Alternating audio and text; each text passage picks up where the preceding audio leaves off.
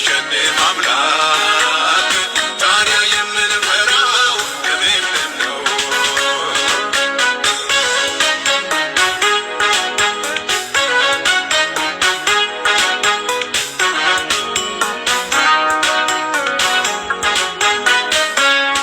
የሰልፉ ባለቤት እግዚአብሔር እንዳይዛ በማለት ማይቀያየር ባሪያዎቹን ከእሳት ውስጥ ያወጣል። በኃይሉ ከፍ ያለ ምን ያደርጋል? ባሪያዎቹን ከእሳት ውስጥ ያወጣል። በኃይሉ ከፍ ያለ ምን ያደርጋል? ብቻውን ተዋግቶ የሚያሸንፍ አምላክ የእኛ ነው። የሚያሸንፍ አምላክ የእኛ ነው። የሚያሸንፍ አምላክ ታዲያ የምንፈራው ለምንድን ነው? ብቻውን ተዋግቶ የሚያሸንፍ አምላክ የእኛ ነው። የሚያሸንፍ አምላክ የእኛ ነው። የሚያሸንፍ አምላክ ታዲያ የምንፈራው ለምንድን ነው?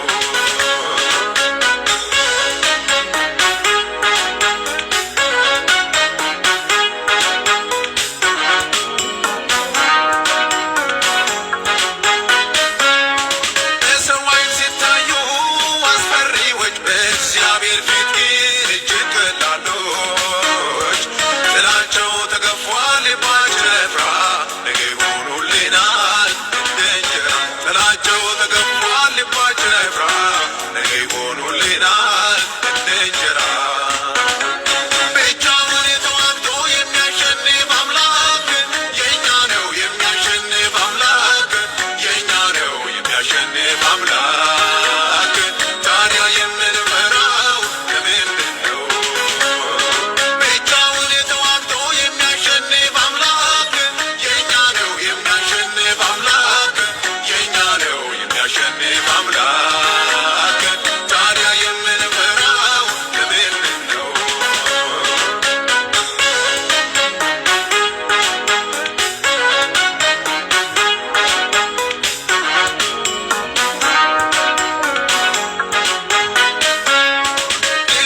ለተነሳለት ላዛቻ ለሚያስፈራራን በወሬ ብቻ እጅ አንሰጥም፣ ነገሩ ይገለበጣል፣ የእግዚአብሔር ሐሳብ ይፈጸማል። እጅ አንሰጥም፣ ነገሩ ይገለበጣል፣ የእግዚአብሔር ሐሳብ ይፈጸማል።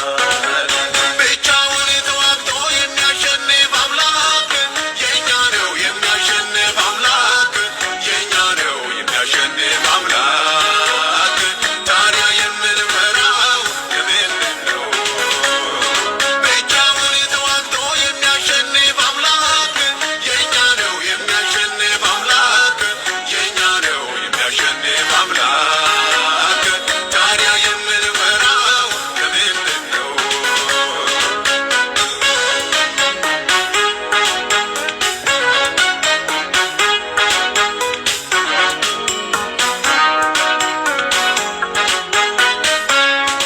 ሁኔታዎችን አይቶ ተስፋ መቁረጥ ወየው ጠፋው እያሉ መደናገር አይሆንም።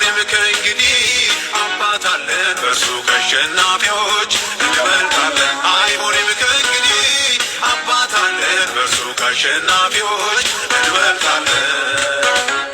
ብቻውን ተዋግቶ የሚያሸንፍ አምላክ የእኛ ነው። የሚያሸንፍ አምላክ የእኛ ነው። የሚያሸንፍ አምላክ ታዲያ የምንፈራው ለምንድን ነው? ብቻውን ተዋግቶ የሚያሸንፍ አምላክ የእኛ ነው። የሚያሸንፍ አምላክ የእኛ ነው። የሚያሸንፍ አምላክ ታዲያ የምንፈራው ለምንድን ነው?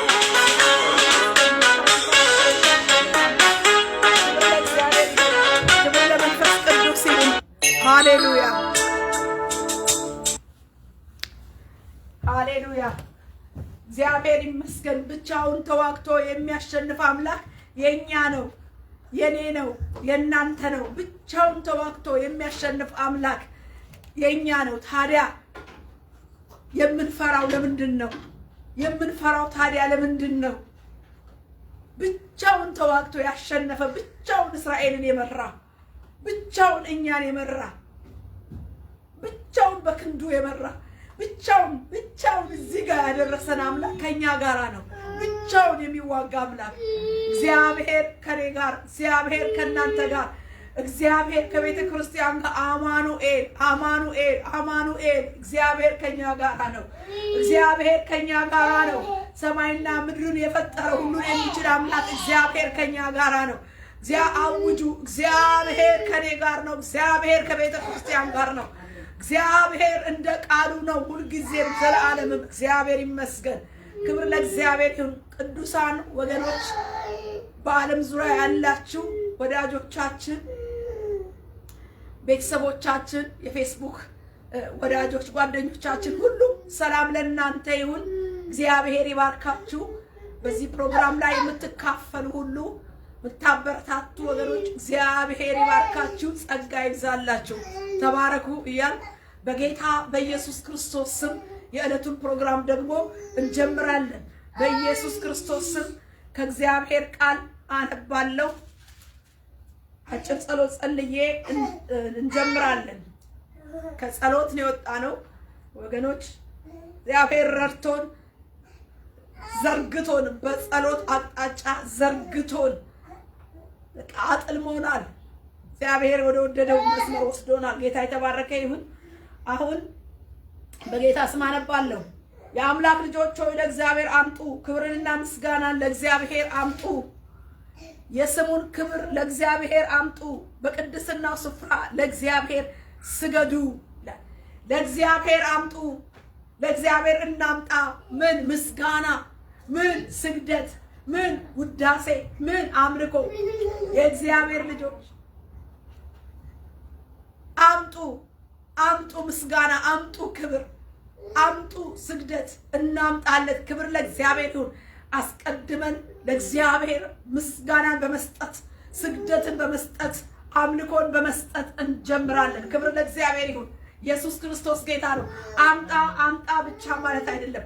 አምጡለት ለማለት እግዚአብሔር አምጡለት። አምጣ ይሄን ስጠኝ፣ ይሄን ስጠኝ፣ ያን ስጠኝ፣ ይሄን ስጠኝ ብቻ አይደለም። እናሳ አምጡለት ደግሞ ወደ እግዚአብሔር ገቢ የሚሆን ወደ ሰማይ አምላክ የሚወጣ ንጹህ ምስጋና፣ ቅዱስ ምስጋና፣ በደሙ የተረጨ የተዋጀ እግዚአብሔር የሚቀበለው እጃችን ልባችን የነጻበትን ካፋችን ነጽቶ በደሙ ታጥቦ ነጽቶ ልባችን በደሙ ተረጭቶ በምስጋና ከፍ ከፍ የሚልበትን ስግደት አምልኮ አምጡ እናምጣለት። ሃሌሉያ ወገኖች፣ ይሄን የምትሰሙኝ አስቀድማችሁ ለእግዚአብሔር ምስጋናን ስጡት፣ እንስጠው። ስለዚህ አጭር ጸሎት ጸልዬ እንገባለን። ሃሌሉያ። አባትና አምላክ ቅዱስ እግዚአብሔር ሆይ በኢየሱስ ክርስቶስ ስም አምጡ ምስጋና፣ ለስሙ ክብር የሚሆን ምን ምስጋና፣ የስሙን ክብር ለእግዚአብሔር አምጡ። በቅድስናው ስፍራ ለእግዚአብሔር ስገዱ። ይገባዋል ስግደት። እውነት የምናመልከው የምንሰግድለት እውነተኛ ጣዖት ያልሆነ ትክክለኛ መመለክና ስግደት ለሚገባው ለአብ ለወልድ ለመንፈስ ቅዱስ ባልተሳሳተ እውነተኛ በሆነው መንገዱ ደም በፈሰሰበት መታረቅን ባገኘንበት ቁጣው ከኛ በተመለሰበት ከእግዚአብሔር ጋር ታርቀን ልጅነትን ባገኘንበት በክርስቶስ ኢየሱስ አምነን በዳንበት በደህንነት መንግስት በወንጌል ቃል ኪዳን ውስጥ ቆመን ለእግዚአብሔር አምልኮ ለተገባው ለጣዖት ላይ አይደለም፣ እንሆ ላልተገባው ለሞት ላልሆነ ግን ከሞት ወደ ሕይወት ላሻገረን ልጁን ልኮ ላዳነን ለእግዚአብሔር ስግደት ይገባዋል።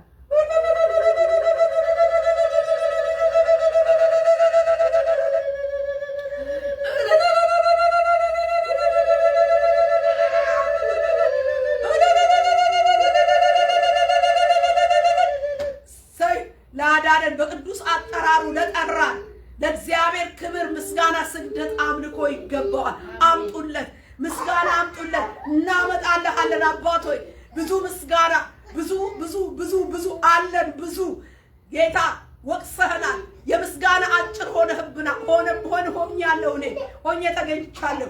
በምስጋና አጭር በሆንበት በምስጋና በተወቀስንበት ምስጋና ባነሰብህ ነገር ላይ ዛሬ ሞልቶ ተትረፍርፎ በኢየሱስ ክርስቶስ ደም በኩል ወደ ማደሪያ እንዲገባ አምላክ ሆይ ተመስገን። ያዳንከን ምስጋና አምጡ ላልከው ስግደት ለሚገባ በእውነተኛው ልትመለክ ሊሰገድ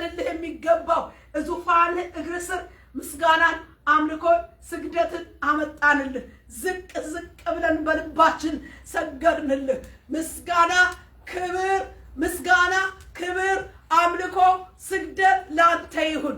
ሁል ጊዜ አሁን ብቻ በጥቂት ቃል አይደለም፣ ሁል ጊዜ ባልተመቸ ሁኔታ ውስጥ ቆሞ ማመስገን እንድንችል፣ ባልተመቸ ነገር ውስጥ ማመስገን እንድንችል፣ የምስጋና ባለዕዳ እንዳንሆን በጌታ በኢየሱስ ክርስቶስ ስም ብዙ ምስጋና፣ ብዙ አምልኮ፣ ብዙ ስግደት ይገባሃል። በነገር ሁሉ እግዚአብሔር ሆይ ለእኛ እግዚአብሔር ሆይ ታርደሃል፣ ሞተሃል፣ ድል ሰጥተኸናል። በነገር ሁሉ ተዋግተን ድልን አጎናጽፈኸናል። በሕይወት ኑሩ ብለህ በሕይወት አኑረኸናል። እስከዚህ ቀን ድረስ በአንተ ፊት እንድንገኝ ብዙ ጠላት እግዚአብሔር ሆይ ብዙ እንሆ እግዚአብሔር ትግል፣ ውጊያ፣ ሰልፍ ቢኖረውም ሰልፉን ጸጥ አድርገህ ለዚህ ቀን ያደረስከን አምላክ እግዚአብሔር ሆይ ክብር ምስጋና ላንተ ይሁን። እናመሰግንሃለን፣ እናከብርሃለን። ክብር ምስጋና አምልኮ ስግደት ለተገባው ለአምላካችን ክብር ይሁንለት፣ ምስጋና ይሁንለት። አሜን። እግዚአብሔር ሆይ ይህን ጊዜ በክርስቶስ ደም ዋጀን፣ በስምህ ስልጣን እንሆ በቃል እውነት ባረክን።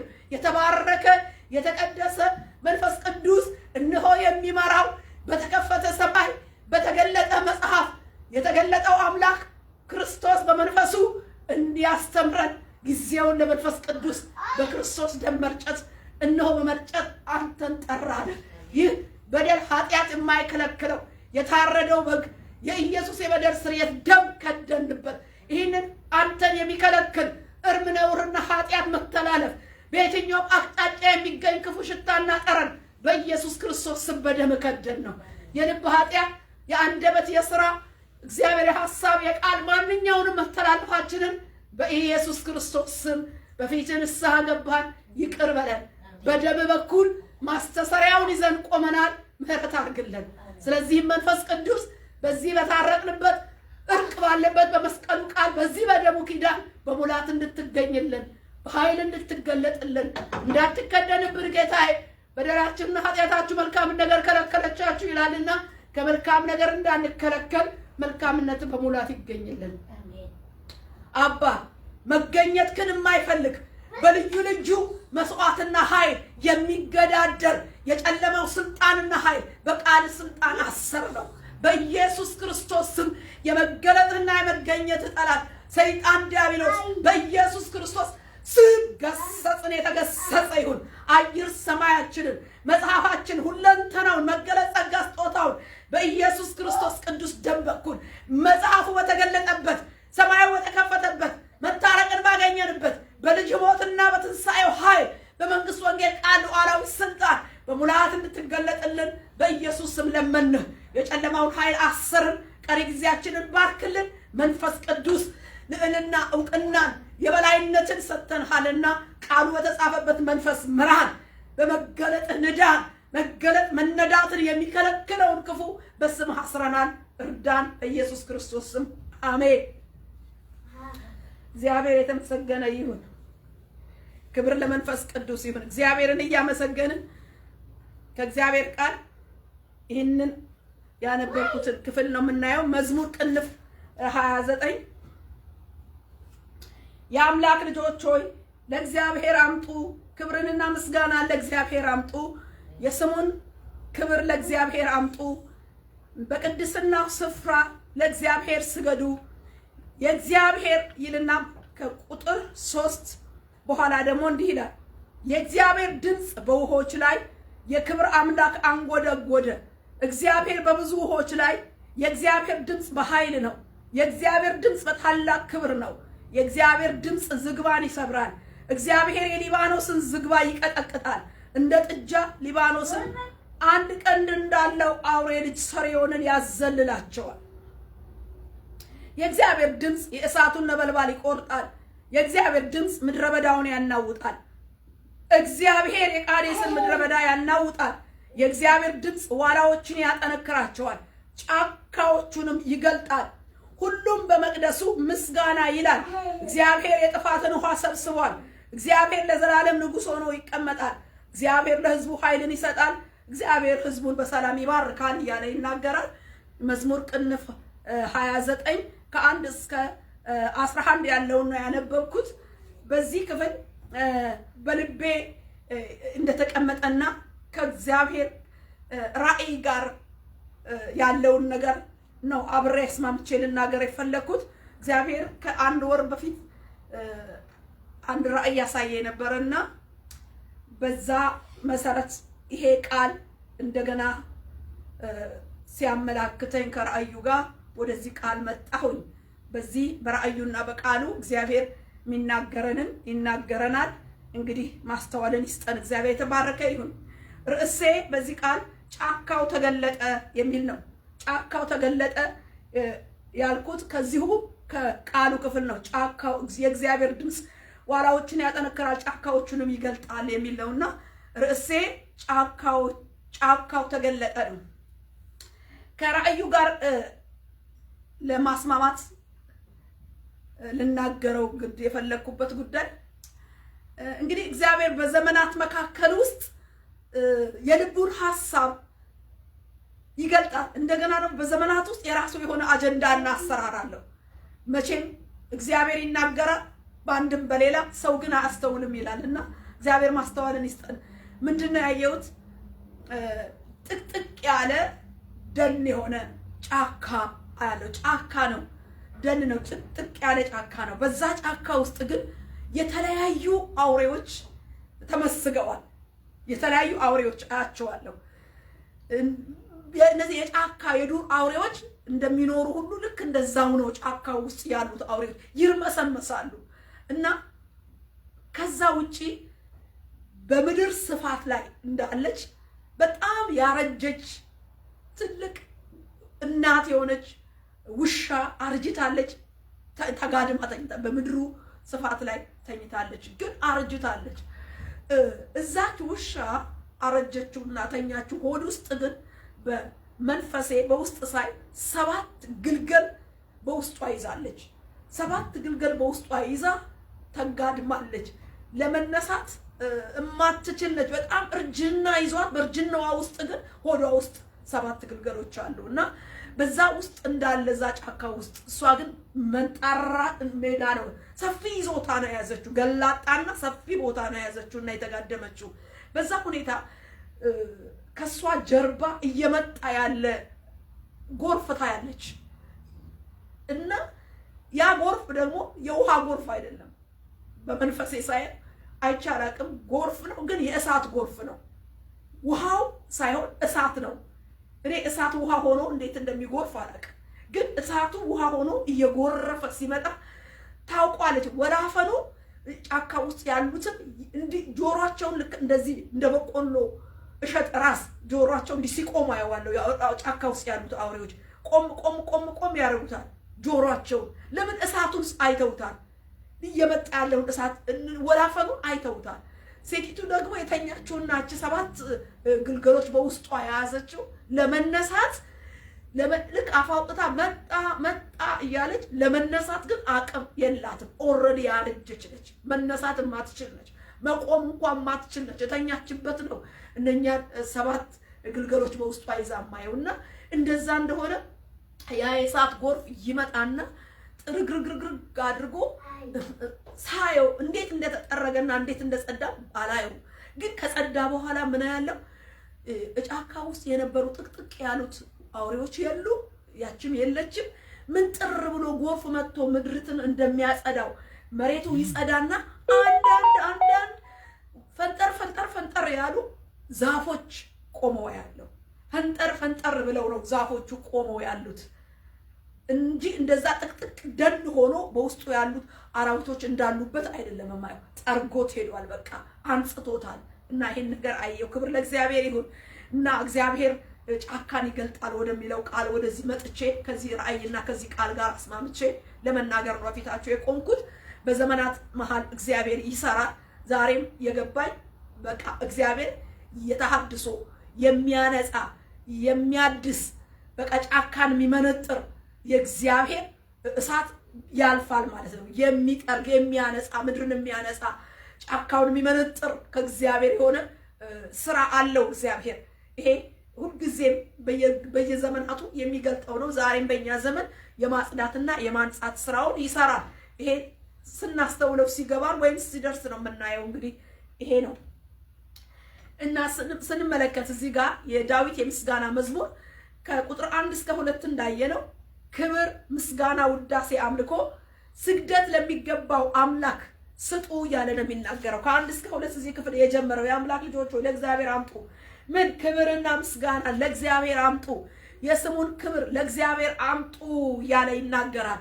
ለንጉሠ ነገሥት ለእግዚአብሔር ለሚገባው ለግርማዊው ለሚገባው ለተገባው። ለምን ቢትሉ ያልተገባቸው ጣዖቶች ያልተገባቸው አማልክቶች ልክ እንደ እግዚአብሔር የሚገባውን ተገቢውን አምልኮ ያልተገባቸው ጣዖቶች ሲሰጣቸው እናያለን። ሰዎች ለእውነተኛው አምላክ ለእግዚአብሔር ሉዓላዊው ተፈጥሮን ለፈጠረው ምድርን እና ሞላዋን ለፈጠረው ነፍስን ለፈጠረ ሰውን ለፈጠረ ውዙንም ሕያውንም ለፈጠረ ለፈጣሪ አምላክ ለእግዚአብሔር ሳይሆን በልዩ ልዩ አይነት ባንድም በሌላ ሰው ተገቢውን አምልኮ ለተገባው አምላክ ሲሰጡ አናይም። አንዳንዴ መንገድ ስቶ በሌላ አቅጣጫ ላልተገባ አምልኮ ሲሰጥና ለጣዖት፣ ለምስል፣ ለስዕል፣ ለዛፍ፣ ለተለያዩ አምልኮቶች ለጣዖት እና ለባዕዳን አምልኮ ሲሰጥ ይታያል። እና ብዙ ጊዜ እግዚአብሔር በእስራኤል ላይ ይቀና የነበረው በአካባቢው እንዳሉ እንደ ከነዓናውያን፣ እንደ ፌረዛውያን፣ እንደ አሕዛብ አማልክቶች አቁመው ይሰግዱ እንደነበርና ያ ነገር እግዚአብሔር ከነዓናውያንን ነቅሎ እግዚአብሔር ሕዝቡን አምጥቶ ሲተክል በምድሩ ላይ ያንን አምልኮ ጠልቶ ነው የኪዳን ሕዝብ አድርጎ ሕዝቡን ለይቶ ለተለየ ዓላማ እግዚአብሔር ሕግ ሰጥቶ የሕጉ ኪዳን ለነሱ ሰጥቶ ሕዝቤ ብሎ እስራኤልን የለየውና አንዳንድ ጊዜ እስራኤልም ታዲያ ከእግዚአብሔር ጋር የምትጣላው ለተገባው አምላክ ለእግዚአብሔር አምልኮ ሳይሆን የምትሰጠው ልክ እንደ አሞራውያን ቀድሞ እንደነበሩት እንደ ምድሩ ከምድሩ ሰዎች ጋር አትጋቡ፣ የእነሱን አምላክ አታምልኩ ላለው አምልኮ ይሰጡ ነበር፣ ስግደት ይሰጡ ነበር። ከእግዚአብሔር ጋር በዚህ ምክንያት ይጣሉ ነበር። ባዕዳንን ሲያመልኩ ከእግዚአብሔር ጋር እየተጣሉ እግዚአብሔርም አሳልፎ ለባዕድ ገዢዎች እየሰጣቸው መከራ እየበሉ እንደገና ደግሞ ንስሐ ገብተው ወደ እግዚአብሔር ሲጮሁ ተመልሶ ደግሞ አዳኝ መስፍን እያስነሳላቸው በመሳፍንት በኩል እናያለን ተደጋጋሚ ነገር ሲያደርጉና እዚህም ጋር የምናየው ነገር ምንድነው ብለን ስንል ለተገባው በቃ የስሙን ክብር ለሚገባው በቅድስና ስፍራ ለተገኘው ለእግዚአብሔር ስገዱ። በትክክለኛ አቅጣጫ ለተገቢው አምላክ ተገቢውን አምልኮ ስጡ፣ ተገቢውን ስግደት ስጡ። ሰይጣን ገና በሰማይ የእግዚአብሔር ኪሩብ ጋራጅ ሆኖ ሳለ ከእግዚአብሔር ዙፋን በላይ ከልዑል በላይ ዙፋንን በቃ ላሳርግ ብሎ እግዚአብሔርን ሲገዳደር ከሱ በላይ ለመሆን ሲል ነው የወደቀው። በወደቀበት በዚህ ደግሞ በተጣለበት ምድር እግዚአብሔርን ተበቀለው ብዬ እላለሁ። ለምን ስል ለእግዚአብሔር የሚገባውን ስግደት ወደ ራሱ ሰዎችን እያሳተ ሰማይ እግዚአብሔርን መተካከል ሲያቅተውና ከሰማይ ስፍራ አጥቶ ሲወድቅ በምድር ደግሞ በአምሳሉ ለክብሩ የፈጠረው ሰው ያመልከው ያገለግለው ዘንድ ሰውን የፈጠረው ሰውን እግዚአብሔር ለራሱ የፈጠረው ሰው እንዲያመልከው እንዲያገለግለው እንዲሰግድለት ህብረት ከእግዚአብሔር ጋር እንዲያገኝ እግዚአብሔር የፈጠረውን ሰው ሰይጣን እያታለለ ባንድም በሌላም አምላክ እየመሰለ መንፈሳዊ መልክ እያስያዘ እያሰገደ ስግደትንና ክብርን አምልኮን ደግሞ ሲበላ እና ሰዎችን ከእግዚአብሔር በመንፈስ እየለየ ሙት ሲያደርግ እናያለን። እኛም ከእንደዛ አይነት ሁኔታ የመጣን ስለሆነ ከብዙ አምልኮ ተላቀን ከብዙ ባዕዳን ነገሮች አፋቶ እግዚአብሔር ከሱ ጋር በኪዳን አጋብቶ ህዝብ ስላደረገን ስለዚህ እጅግ አድርጌ እግዚአብሔርን አመሰግናለሁ። ክብር ለእግዚአብሔር ይሁን። ስለዚህም ነው ከ1 እስከ 2 ዓላማው በቃ ለተገባው ለእግዚአብሔር በቅድስናው ስፍራ ለእግዚአብሔር ስገዱ፣ የስሙን ክብር ለእግዚአብሔር አምጡ፣ ክብርን ምስጋናን ለማንም ሳይሆን ለእግዚአብሔር አምጡ ይላል። እግዚአብሔር ያመንን ሰዎች በትክክል ብዙ ነገር እየተደረገ ምስጋና ያጎደልናለን። ምስጋና ያጠረብን እንደ ቁምጣ አጥሮብን ምስጋና ለእግዚአብሔር ብዙ የተትረፈረፈ ምስጋና ያላቀረበን አለን። እኔ እግዚአብሔር ወቀሰኝ። እግዚአብሔር በድንቅ የሰራው በእኔ ማቅለት እኔን ምስክር አድርጎ የሰራው በጸሎቴ እንደገና ደግሞ ቃሉ መጥቶ ከ1 2 3 ጊዜ በርዕስ የሰበኩለት ያ የሰበኩት እንኳን ስብከት የለም ፕሮፋይሌ ላይ የሚገርም ነው የለም ፔጄ ላይ ማለት ነው ፔጄ ላይ የለም እና እንደዛ በብዙ ነገር በብዙ በፊቱ የውስጡን የልቡን ነግሮኝ እግዚአብሔር በሰራው ነገር አይኔ ባየበት እንዲህ ብያለሁ አላልኩም ወይ አለ አዎ ብለሃል አላደረኩም አዎ አድርገሃል ታዲያ ለዚህ ምስጋና ምን ሰጠሽ ስለኝ አፈርኩኝ እኔ ተገቢውን ምስጋና ለእግዚአብሔር ላደረገው ተናግሮ ላደረገ ለእግዚአብሔር ይፈልጋል ምስጋና በቃ አቤቱ እንዲህ ብለህ ነበር እንዲህ አድርገሃል ሲባል እግዚአብሔር ከፍ ይላል ከኛ ከፈጠረን ከፍጥሮቹ ምስጋና ይፈልጋል አምልኮ ይፈልጋል ስግደት ይፈልጋል መወደስን ይፈልጋል ህብረትን ይፈልጋል እግዚአብሔር ጊዜ እንድንሰጠው ይፈልጋል ወገኖቼ እና ላደረገው እኔ ምስክር ሆኜ ጸልየን እንዲና እንዲህ ብሎ በቃሉ ሰብከበት እግዚአብሔርን ያደርጋል ብዬ በእምነት በቃሉ በመንፈስ ትንቢታዊ በሆነ ቃሉ በመንፈስ ሰብኬ ያ ቃል ሆኖ ሳለ እንደ ቀላል አየሁትና ለካ ትኩረት ሰጥቼ አላመሰገንኩበትምና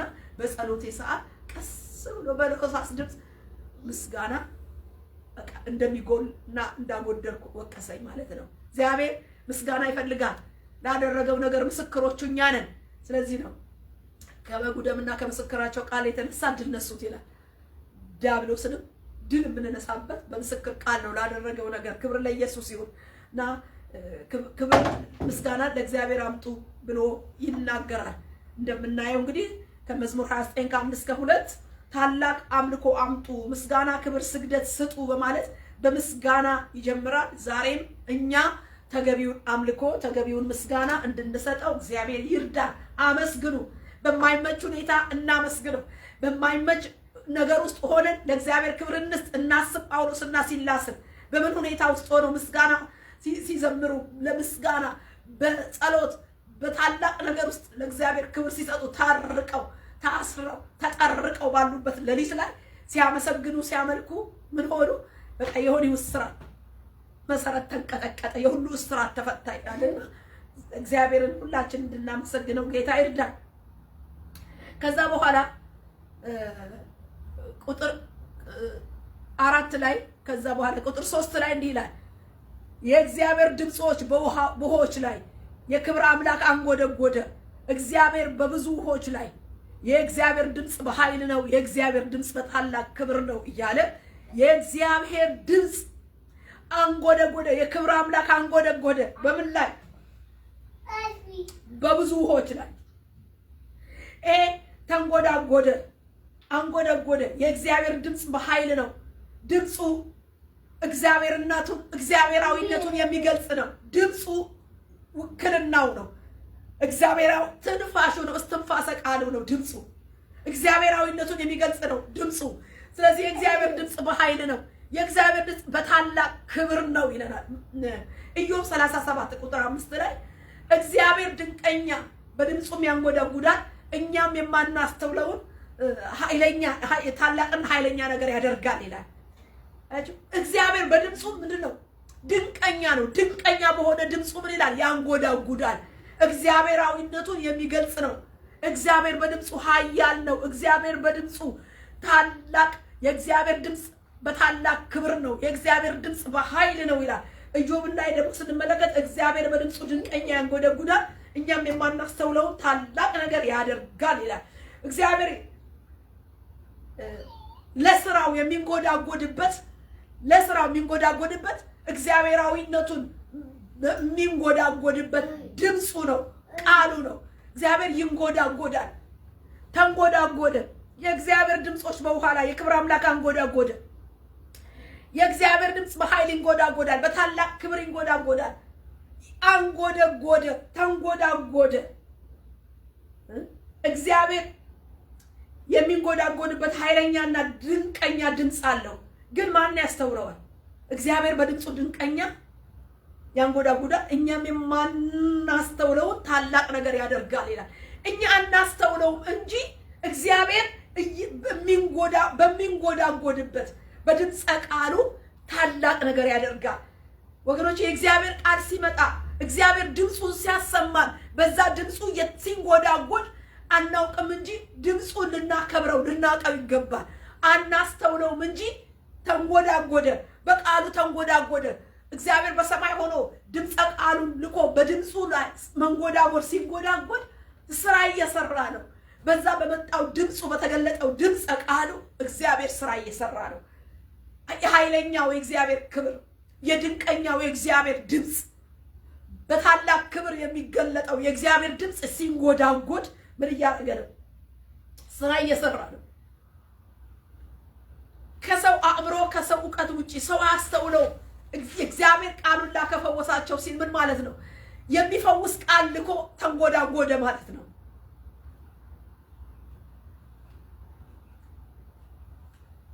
ይህ ታላቅ የክብሩ ድምፅ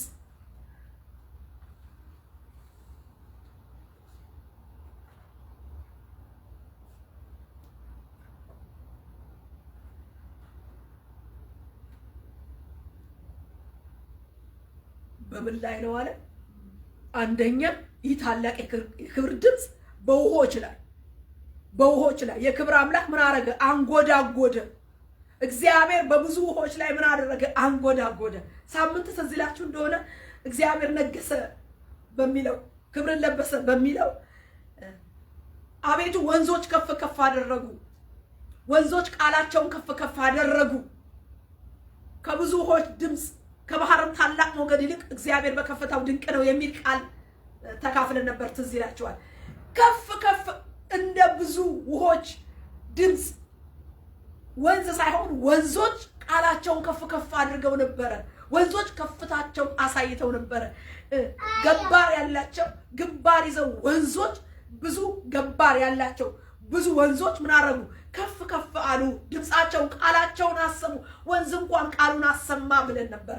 አሁን ግን ደግሞ እዚህ ጋር ነው ሲገርመኝ። እዚህ ጋር ሰውየው ከዛ ጋር አነጻጽሬው ፈልጌው አይደለም፣ ከዚህ ከራእዩ ጋር ነው ዛሬ የመጣሁበት። ሳየው ግን እዚህ ጋር ደግሞ ማን ነው ከፍ ከፍ ያለው? እግዚአብሔር በብዙ ውሆች ላይ የክብር አምላክ በክብሩ ግርማ ድምፅ አንጎዳጎደ። ከፍ ከፍ ብለው የነበሩት እዛ ክፍል ላይ ማን ነበር? ውሆች ከፍ ከፍ ብለው ነበር። ወንዞች ከፍ ከፍ ብለው ነበር። በቃ ከፍ ከፍ ባሉበት ላይ ደግሞ እግዚአብሔር በስፍራው ድንቅ ነው፣ እግዚአብሔር በስፍራው ኃያል ነው ብሎ እዛም ክፍል ላይ አይተነዋል። ከባህር ሞገድ ይልቅ እግዚአብሔር በስፍራው ድንቅ ነው፣ እግዚአብሔር በስፍራው ኃያል ነው ብለን አይተናል። እዚህ ጋር ደግሞ አሁን ከፍ ብሎ ያለው እግዚአብሔር በከፍታዎች ላይ ከፍ ብሎ እናየዋለን። የእግዚአብሔር ድምጾች በውሆች ላይ የክብር አምላክ አንጎደጎደ። እግዚአብሔር በብዙ ውሆች ላይ የእግዚአብሔር ድምፅ በኃይል ነው ይላል።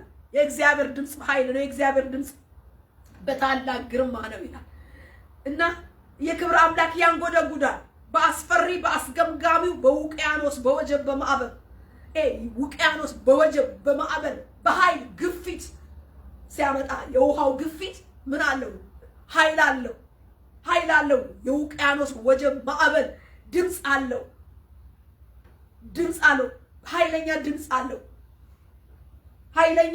መብረቅ ብልጭታው ድምፅ አለው። የሚያስገመግም የሚያስፈራ ነገር አለው። ታዲያ እግዚአብሔር በእንደዚህ አይነት አስፈሪ አስገምጋሙ በውቅያኖስ በወጀብ በማዕበሉ ኃይልና ግፊት ድምፅ ባለው ውሆች ላይ እግዚአብሔር ምን አደረገ? አንጎዳጎደ። እግዚአብሔር ምን አለበት? ተገለጠበት።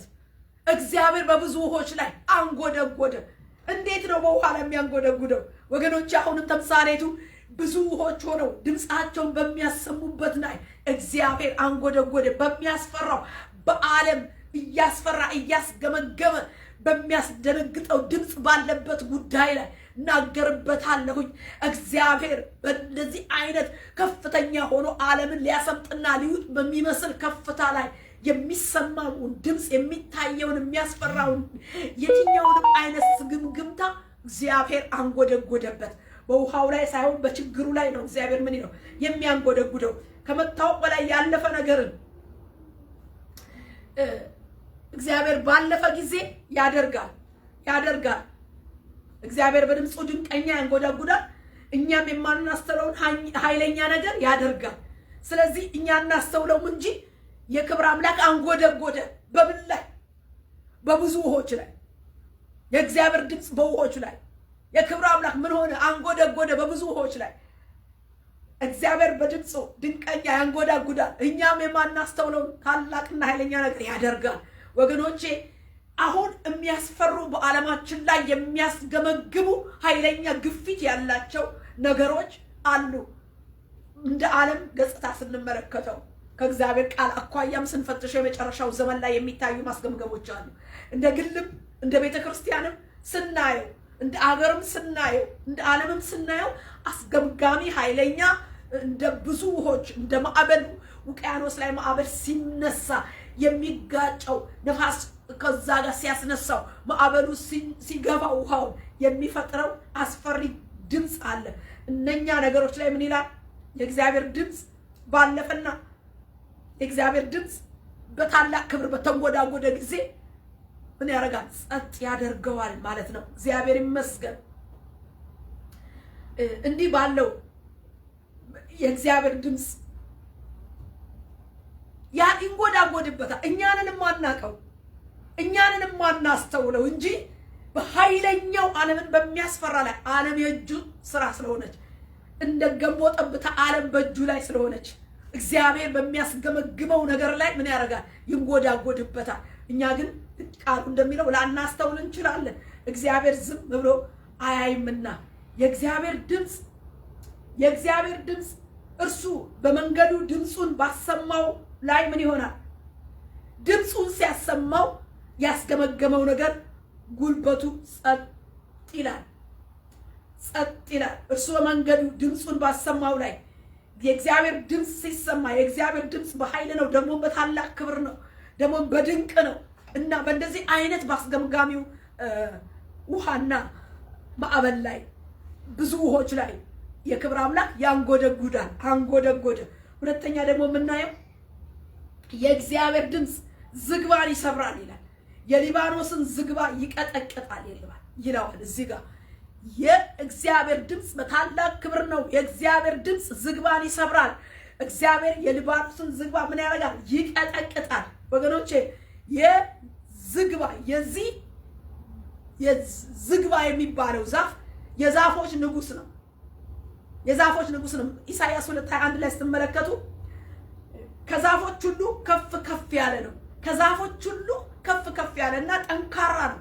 ዝግባ ብዙ ጊዜ ለቤት ስራ ይፈለጋል። ታውቃላችሁ፣ ጥንካሬው ከፍ እንደ ኒፍሊም ረጃጅም ነው፣ ጠንካራም ነው። የኒፍሊም ሰዎች ቁመተ ረጃጅም ናቸውና የአስሩን እነኛ ሰላይ ሆነው የተላኩት ሰዎች ኒፍሊሞችን ቁመታቸውን ርዝመናቸውን አይተው ነው ደንግጠው ራሳቸውን ድንቢጥና አንበጣ አድርገው መልሰው ይሄንን ኢንፎርሜሽን ለእግዚአብሔር ሕዝብ በሰጡ ጊዜ ሕዝቡ ወገቡን እንደፈታ እንደደነገጠ ወደ ኋላ ለመመለስ አልቅሶ እግዚአብሔርን እንደበደለ እግዚአብሔርን ታላቅነት ሊወስነው ሊያየው በቃ አልቻለም። በማን ተወሰነ? በኒፍሊም ቁመተ ረጃጅምነት ተወሰነ እና እንደ ኒፍሊም ወገብ እንደሚፈታ ወደ ኋላ እንደሚመልስ ሕዝብን በምድረ በዳ እንዳስቀረ 10 ሰላዮች እንኳን መጥፎና ክፉ ወሬ አምጥተው ስለማውራታቸው በምድረ በዳ እንደቀሩ ብዙ ሕዝብ በምድረ በዳ ያስቀረ ይሄ የሚያስፈራ ቁመት የያዘ ከፍታ የያዘ እሱ ኒፍሊም ነው እና እዚህም ጋር ዝግባ ከዛፎች ሁሉ በላይ ለየት ያለ ጠንካራና ከፍ ያለ ነው ይለዋል። ከዛፎች ሁሉ ከፍ ያለ ቁመተ ረጅም ጠንካራ ኢሳይያስ 2:21 ላይ ማየት ይቻላል። እንደዛ አይነት ነው። ግን ምን ይላል እዚህ ማንነት ላይ ዝግባን የእግዚአብሔር ግርማዊ ኃያል የክብር ድምፅ ሲያልፍ ምን ያደርገዋል? የሊባኖስ ረጃጅም ከፍ ያሉ ዛፎች አይችሉትም። የእግዚአብሔር ድምፅ ዝግባን ይሰብራል። ድምፀ መለኮት ድምፀ እግዚአብሔር እንደ ሊባኖስ ዝግባ ከፍ ባለና ረዘም ባለበትና ጠንከር ባለበት ነገር ላይ የእግዚአብሔር ድምፅ ሲመጣ ምን ያደርገዋል? ይሰብረዋል፣ ይቀጠቅጠዋል። ዛሬ ወገኖቼ በእኔና በእናንተ ላይ በቤተ ክርስቲያን ላይ በምድር ላይ በሕዝብ ላይ በኑሮ ላይ በጤና ላይ በኢኮኖሚ ላይ ከፍ ብሎ ጠንካራ መስሎ ቁመተ ረጅም ኒፍሊም መስሎ ጠንካራ መስሎ በቆመው ነገር ላይ የእግዚአብሔር ድምፅ አሁን በዚህ ሰዓት ይሄን ቃል ስናገር እየተንጎዳጎደበት ነው። እግዚአብሔር በድምፁ ድንቀኛ ያንጎዳጉዳ እኛም የማናስተውለው ታላቅ ነገር ያደርጋል፣ ኃይለኛ ነገር ያደርጋል። አናስተውለውም እንጂ ከአፌ ይሄ ቃል አሁን ሲወጣ ይህ ቃል እንደ ዝግባ ሆኖ ረጅም የሆነውን እንደ ብዙ ውሆች ሆኖ ያለውን ይንጎዳጎድበታል። ይህንን ዝግባ መስሎ የጠነከረብሽን ነገር በኑሮሽ ላይ፣ በጤናሽ ላይ፣ በቤተ ክርስቲያንም አገልግሎት ላይ የምንጮህበት በጸሎት ጊዜ ብዙ ጮህ ነበረ። ዛሬም በቃ በጥሪያችን በአገልግሎታችን ላይ የከበደን ነገር አለ። ለእኛ የከበደን ነገር በእግዚአብሔር ዓይን ግን እግዚአብሔር ሲንጎዳጎድበት በግላችን ላይ፣ በራእያችን ላይ፣ በቤተ ክርስቲያን ላይ፣ በአገር ላይ፣ በቤተሰብ ላይ፣ በዓለም ገጽታ ሁሉ ላይ ረዝሞ እንደ ዝግባ ከፍ ብሎ ጠንከር ብሎ ያለውን ነገር የእግዚአብሔር ድምፅ ምን ያደርገዋል? ዝግባ የሆነውን ነገር ይሰብረዋል። ከዛፎች የተለየ ረዘም ያለ የዛፎች ንጉሥ የሆነ ዝግባ፣ አዎ እሱን ይሰብረዋል፣ እንደውም ይቀጠቅጠዋል። ዛሬ ጠንካራ የሆነብሽ ነገር ምንድን ነው? ቤተ ክርስቲያን ጠንካራ የሆነብህ ነገር የእግዚአብሔር ድምፅ ያልፋል። የእግዚአብሔር ድምፅ ያልፋል። አንድ ጊዜ ጌታ ኢየሱስ በኢያሪኮ በዛ ሲያልፍ አንድ ዓይን የሌለው ጆሮ ግን መስማት የሚችል ዓይነ ስውር ጌታ ኢየሱስ በዚህ ያልፋል የሚል ነገር ሰማ። ያልፋለው በሚያልፍበት ጌታ ኢየሱስ በሚያልፍበት ወገኖቼ፣ ቃሉ በሚያልፍበት መገኘቱ በሚገኝበት ድምፀ ቃሉ ድምፀ እግዚአብሔር ህልውናው ራሱ በሚገኝበት እንገኝ እንጂ ጠንካራው ችግር እግዚአብሔር ያልፍበታል። ያ ያለ መስማት የነበረው እውር የነበረው ግን ይሰማል፣ ጆሮ አለው ግን ዓይን የለውም እና በዚህ ያልፋል ሲሉት በቃ የዳዊት ልጅ ሆይ ማረኝ፣ የዳዊት ልጅ ሆይ ማረኝ አብዝቶ ይጮህ ጀመረ። ለምን? ያቺ ሰዓት ክብረ ቃሉ ሰማይና ምድርን የፈጠረው ቃሉ አልተገነዘቡት ይሆናል ሌሎቹ እንጂ እሱ አንድ ሂንት አለው ስለ ዳዊት ልጅ። የዳዊት ልጅ ማን እንደሆነ እውቀት አለው። ዝም ብሎ አይደለም የጮኸው፣ በእውቀት ነው የጮኸው። የዳዊት ልጅ አለ። ዝም ብሎ ኢየሱስ ብቻ አለ። የዳዊት ልጅ ንግስናውን አምላክነቱን ያውቃል። ከዳዊት ስር ቁጥቋጦ የሚወጣውን ቁጥቋጦ የሚመጣውን ማን እንደሆነ ያውቃል። እሱ ነው የሚያልፈው። እሱ ባለፈ ጊዜ ታዲያ ምን እንደሚያደርግ ያውቃል። አብዝቶ ጮኸ። ሌሎች ሲከለክሉት ተውኝ አለ። በቃ ቢከለክሉትም ይጮህ ነበረ። ለምን? መተላለፍ አልፈለገም። እሱ በዛን ሰዓት ያውቀዋል የመጣውን ንጉሥ። ወገኖቼ በዛኑ ሰዓት ቆመ፣ ሰማው፣ አየና አምጡት አለ። በቃ አምጡት። ዓይኑ ተፈወሰ። ምን ላድርግልህ አለው። አይ ዘንድ አለው። ተፈወሰ። ጌታ ይመስገን። ወገኖቼ ዛሬ ጠንካራ የሆነብንን ነገር፣ ረጅም የሆነብንን እንደ ኔፍሌም የሆነብንን ነገር እኛን አንበጣ ያደርገንም። ዛሬ ኔፍሌም ሆኖ በፊትሽ ቢቆም እንደነኛ ሰላዮች እኛ እንዳንበጣንን አንለው። ለምን? ገብቶናል። ቃሉ ድምፀ ቃሉ ከዛ ከኔፍሊሙ ይበልጣል፣ ከዝግባው ይበልጣል፣ ከብዙ ውኆች ይበልጣል። እሱ ያልፋል፣ እሱ ያልፍበታል። እሱ ልባችን ቆራጥ መሆን አለበት። የሚታየው ችግር ነው ትልቅ ወይስ እግዚአብሔር ድምፀ ቃሉ ክርስቶስ ነው ወይ ትልቅ? ሁለቱን ስናገናዝበው የሚበልጥብን ማን ነው? እንደ 10 ሰላዮች የሚበልጠው ራሳቸውን አንበጣ አድርገው ያዩት ረጃጅም ኔፍሊሞች ናቸው ትልቅ ወይስ እግዚአብሔር ነው ትልቅ? እግዚአብሔር ነው ትልቅ። ችግርሽን አትዩ። ችግርሽ ትልቅ አይደለም። ችግሬ ትልቅ አይደለም። ትልቁ እግዚአብሔር ከችግሬ በላይ ነው። አውጁበት። ከችግራችን በላይ፣ ከዝግባው በላይ፣ ከኔፍሊሙ በላይ እግዚአብሔር ትልቅ ነው። እግዚአብሔር ድምፁ ይላል መገኘቱ ቃሉ እግዚአብሔር በክብር ተንጎዳጎደ። እግዚአብሔር በኃይል ግርማዊው ንጉሠ ነገሥታዊው እግዚአብሔር በታላቅ ክብሩ ተንጎዳጎደበት። የእግዚአብሔር ድምፅ ዝግባን ይሰብራል። ድምፅ ነው የመጣው፣ ቃል ነው የመጣው። ሰማይና ምድርን የፈጠረው ቃል ነው። ሁድ ሲለው ይሄን የምናየው ግዙፍ የፈጠረው ቃል ነው። ቃል ነው። በቃል ነው ዓለማት የተፈጠሩት፣ በቃል ነው። ቃል ሲመጣ ይሄ ጉዙን ምድር ሰማዩን የፈጠረ ቃል የሆነው ክርስቶስ ስጋ ለብሶ ወደ ምድር መጥቷል፣ እናውቃለን። ቃል ዛሬም ሲመጣ መንፈስ የሆነው ቃል ሲመጣ አንለፍ፣ አንተላለፍ። የሚሰራው ስራ አለ። ዝግባን ይሰብራል፣ ዝግባን ይቀጠቅጣል። ዝግባ ረጅም ነው፣ ዝግባ ትልቅ ነው። ነገር ግን እንደ ዝግባ ማለት ነው ጠንካራ ነገርን ነው የሚሰብረው። ጠንካራ የሆነብሽን ነገር ወገኖች እግዚአብሔር በተምሳሌት ይናገራል። እንደ ዛፍ የሆነው እንደ ዝግባ የሆነው ዛፍ በቃ እሱን የከበደሽ ይሰበራል። ቃል ድምፅ መጥቷል። የእግዚአብሔር ድምፅ ዝግባ ይሰብራል። እግዚአብሔር በግርማው ድንቀኛ ድምፅ ተንጎዳጉዶበታል። ቃሉ ነው። አላስተዋል ነው ይሆናል እንጂ ብዙ ጊዜ ከፍ ከፍ ያለብንን ነገር የእግዚአብሔር ቃል መጥቶ ጥሎታል፣ አንከባሎታል። በቃ እኛ እንደ ድንቢጥ አይደለም፣ እንዳንበጣ አይደለም። ታላቁን አምላክ እግዚአብሔርን ይዘናል። ቃሉ ክርስቶስ በእኛ ውስጥ አድሯል። ቃሉ ደግሞ ችግራችንን ቋጠሯችንን ሊፈታ ሲመጣ ከቃሉ ጋር እንደ በርጠለሜዎስ እንገናኝ። ከልካይ አለ። በርጠለሜዎስ የሚፈውሰው ድምፀ መለኮት ቃሉ እግዚአብሔር ክርስቶስ ስጋ ለብሶ መጥቷል። አውቆታል የዳዊት ልጅነቱን። ሌሎቹ ግን ሊከለክሉት ፈልገው ነበር። ከፈውሱ ሊከለክሉት፣ አትጩህ ዝም በል አሉት። እሱ መጮህ አለበት። እሱ የዳዊት ልጅ ንጉሥ ነው የመጣ አውቆታል። ከንጉሥ የሚወጣ ፈውስ አይኑን እንደሚከፍትለት አውቋል። በቃ ተገናኙ። ከልካዩን አልፎ ነው በርጠለሜዎስ የማያልፈው ጌታ ተገናኘውና ፈውሱን አገኘ። አልፏል፣ ያልፋል። ዛሬ በዚህ ቃል ያልፋል። እንደ ዝግባ የሆነው ነገር ይሰበራል። ቃሉ አልፏል። ወገኔ፣ ወንድሜ፣ እህቴ፣ ቤተ ክርስቲያን ዛሬ እንደ ዝግባ የሆነብሽ ነገር ምንድን ነው? ድምፀ ቃሉ መጥቷል። ያልፋል። እግዚአብሔር ሲያልፍ ምን ያደርገዋል? ዝግባን ይሰብራል። እንደ ዝግባ የሆነው ነገር ይሰበራል። ሶስተኛ ስንመለከት እዚህ ጋር የመጀመሪያ በውሆች ላይ ነው። ቀጥሎ በዝግባ ላይ ነው። የእግዚአብሔር ድምፅ እንደገና በዚህ ጋር እንደ ጥጃ ሊባኖስን እንደ ቀንድ እንዳለው አውሬ ልጅ ስርዮንን ያዘልላቸዋል ይላል። ጥጃ ሁሉ እዚህ ጋር የአውራሪስ አንድ ቀንድ ያለው የአውራሪስ ጥጃ ሊሆን ይችላል። ግን የትኛውንም አይነት ጥጃ ስንመለከት የእናቱን ጡት ከጠገበ በኋላ ጥጃ ምን ይሆናል? ይዘላል። እንደምናውቀው ጥጃ ይቦርቃል።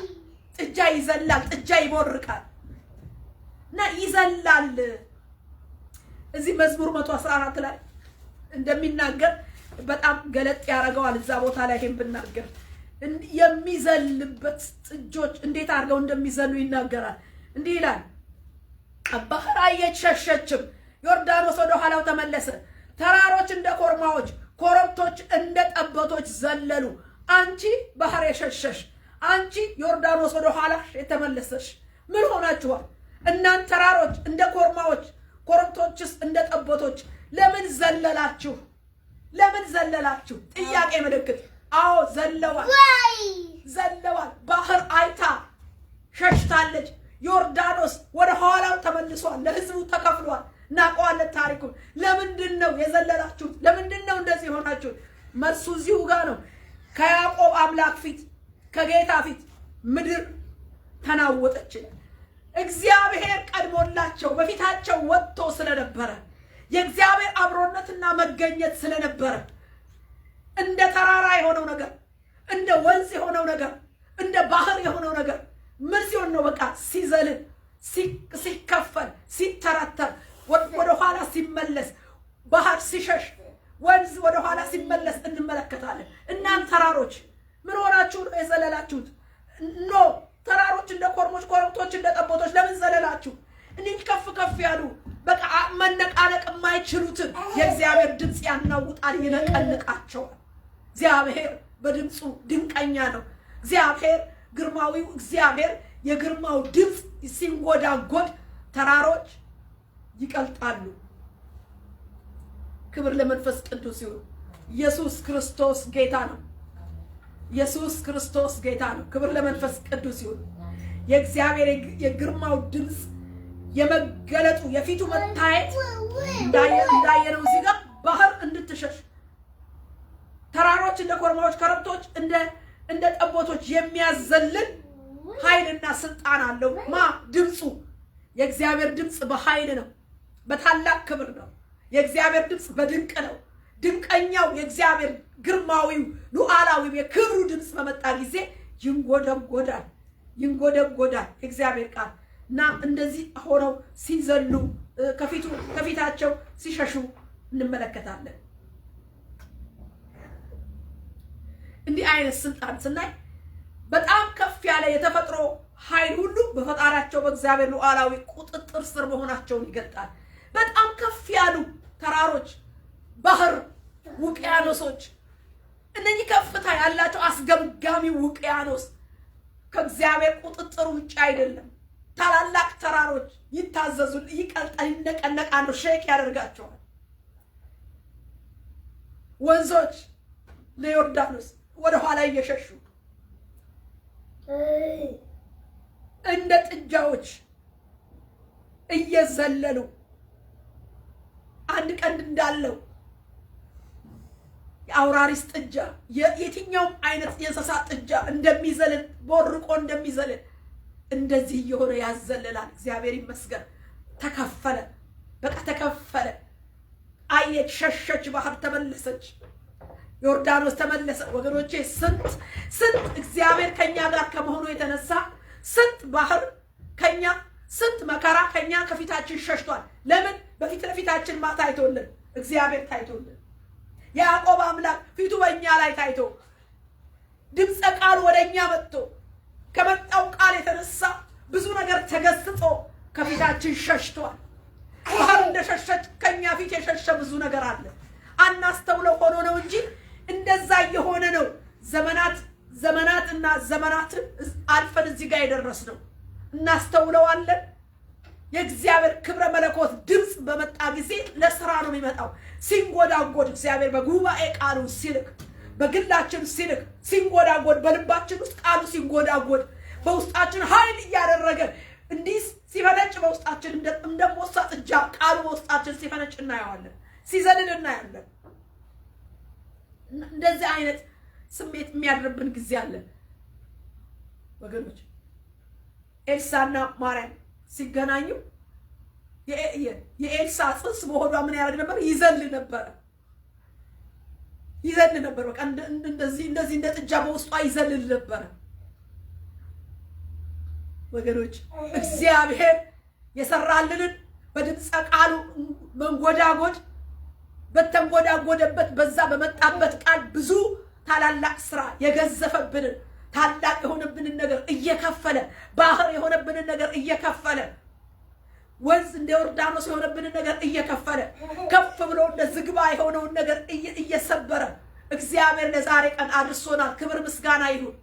የእግዚአብሔር ድምፅ ክብረ መለኮት እስትንፋሰ ቃሉ የግርማው ድምፅ የመለኮት ግርማዊ የእግዚአብሔር ድምፅ በቃሉ ነው የሚገለጠው። ግርማዊነቱን እግዚአብሔራዊነቱን በስራ የሚንጎዳጎድበት ድምፁ ነው፣ ቃሉ ነው። ድምፁ ደግሞ ቃሉ ነው። የእግዚአብሔር ቃል ትንፋሹ ቃሉ ነው። ስለዚህ እግዚአብሔርን በዚህ ነገር ልናመሰግነው ይገባል። አራተኛ የእግዚአብሔር ድምፅ ይላል እዚህ ጋር የእግዚአብሔር ድምፅ የእሳቱን ነበልባል ይቆርጣል ይላል። የእግዚአብሔር ድምፅ የእሳት ነበልባል ይቆርጣል። ወገኖቼ አላስተውል ብለን ነው እንጂ እንደ ሚሳቅ አብድናጎ እቶን እሳት በአይናችን ነዶ ስላላየነው ነው እንጂ ከዛ ያልተናነሰ ብዙ የነደደብንን መከራ እግዚአብሔር የእሳቱን ኃይል ቆርጦና አጥፍቶ ድምፀ መለኮት ቃል እግዚአብሔር ወልደ መንግስተ ወንጌል ቃሉ አሳልፎናል፣ አሻግሮናል። ክብር ለእግዚአብሔር ይሁን። ምስክሩ ነን። እነ ዳንኤልን ብቻ ስንጠቅስ እነ ሚሳቅ አብድናጎምን ብቻ ስንጠቅስ አንኖርም። እኛም እንደዛ አይነት ከሚመስል እቶን እሳት ውስጥ ለማውጣቱ የእሳቱን ኃይል ለማጥፋቱ ምስክሮች ነን። የእግዚአብሔር ድምፅ የእሳቱን ኃይል ይቆርጣ። አዎ እኔ አንድ ቁጥር እጄን አወጣለታለሁ። ለእግዚአብሔር ምስክሩ ነኝ። ክብር ለእግዚአብሔር ይሁን። የእሳትን ኃይል ይቆርጣል። እቶን እሳት ነው የነደደው። በዳንኤል ምዕራፍ 3 ላይ ስንመለከት ሚሳቅ አብድናጎም ለወርቅ ምስል ናቡከደነፆር ላቆመው ለወርቅ ምስል አንሰግድም። ሁሉ ሲሰግድ 3 ሰዎች ብቻ በቃ ቆመው እናያለን። ስገዱ፣ አንሰግድም። እጥፍ ይሆናል እሳቱ። እጥፍ ይሁን። ናቡከደነፆር እንደማንሰግድልህ እወቃለሁ። በቃ እወቅ። በእሳቱ ውስጥ ምንጣል እንጂ አንሰግድም። የንጉሱ ቁጣ ነደደ። በነደደው ታዲያ ቁጣ እና እቶን እሳት ውስጥ ተጣሉ። ያ የእሳት ኃይል እነኛ ባሪያዎችን አልበላም። ተስረው የተጣሉበትን ገመዱን እስራቱን ነው የበላው። እነሱ በሰዓት ውስጥ ምን ይሆኑ ነበር? ወክ ያደርጉ ነበር፣ ይመላለሱ ነበር። አንድ ሰባኪ በውስጥ ሆነው ወክ ማድረግ መመላለስ አምልኮ ነው አለ። በቃ ያመልኩ ነበር አለ። ተፈተው ያመልኩ ነበረ። ክብር ለመንፈስ ቅዱስ ይሁን። የእሳቱን ኃይል ተቆጣጥሮት የእቶንን እሳት ኃይል እንዴት አይነት ሳይንስ ነው! እንዴት አይነት እምነት ነው! እንዴት ብለን እንናገረው? ይሄንን የእግዚአብሔር ቃል ስለሆነ ግን እናምነዋለን። እዛ እነድ ወላፈኑ እኮ ያሰሯቸውን የጣሏቸውን ሰዎች ወላፈኑ ስቦ ገሏቸዋል። እነኛ የተጣሉት ግን በተጣሉበት እቶን እሳት ኃይል ውስጥ የእሳቱን ኃይል ተቆጣጠረው ጌታ። ይቅርታ። ስለዚህ የእሳቱን ኃይል እግዚአብሔር ይቆርጣል። እውነት ነው። ድምፀ መለኮት እግዚአብሔር ቃሉ ልጁ ክርስቶስ። እኛም እንደዛ አይናችንና ሰው ሁሉ አይቶት ስጋዊ እሳት ሆኖ የሚታይ እሳት ሆኖ ነዶ እዛ ውስጥ አልተጣልንም እንጂ እሳት በሚመስል ፈተና ይሄንን ጉዳይ አንደኛ ጴጥሮስ ምዕራፍ 1:7 ላይ በእሳት ምንም ቢፈተን ከሚጠፋው ወርቅ ይልቅ አብልጦ የሚከብር የተፈተነ እምነታችሁ ኢየሱስ ክርስቶስ ሲገለጥ ለምስጋናና ለክብር ለውዳሴ ይገኝ ዘንድ አሁን በልዩ ልዩ ፈተና አዝናችኋል ይላል። እምነት በእሳት ይፈተናል። እሳት በሚመስል መከራ ይፈተናል። ምንም እንኳን ብታዝኑ ግን በእሳት በሚመስል ፈተና ውስጥ ብታልፉ ግን ኢየሱስ ክርስቶስ ሲገለጥ ለምስጋና ለክብር ለውዳሴ ይሆናል። አሁን ግን በልዩ ልዩ መከራና ፈተና አዝናችኋል እና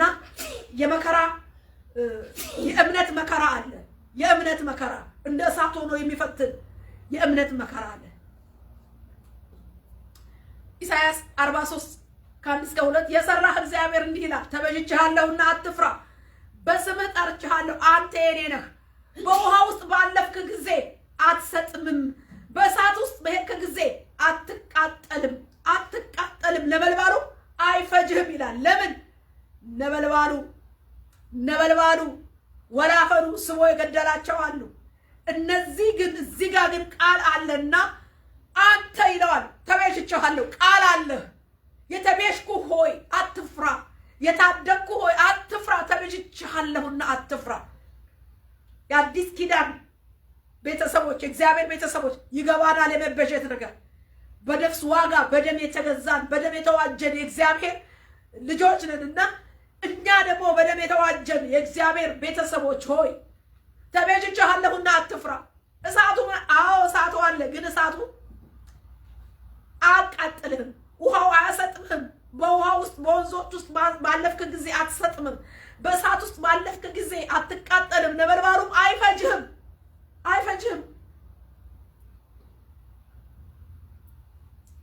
ለምን? የተቤዠህ ካንተ ጋር ነው። የተቤዠህ ይላል ቃሉ። የተቤዠህ ታዳጊ ብርቱ ነው። ቃል አለህ፣ ቃል ተልኮልሃል።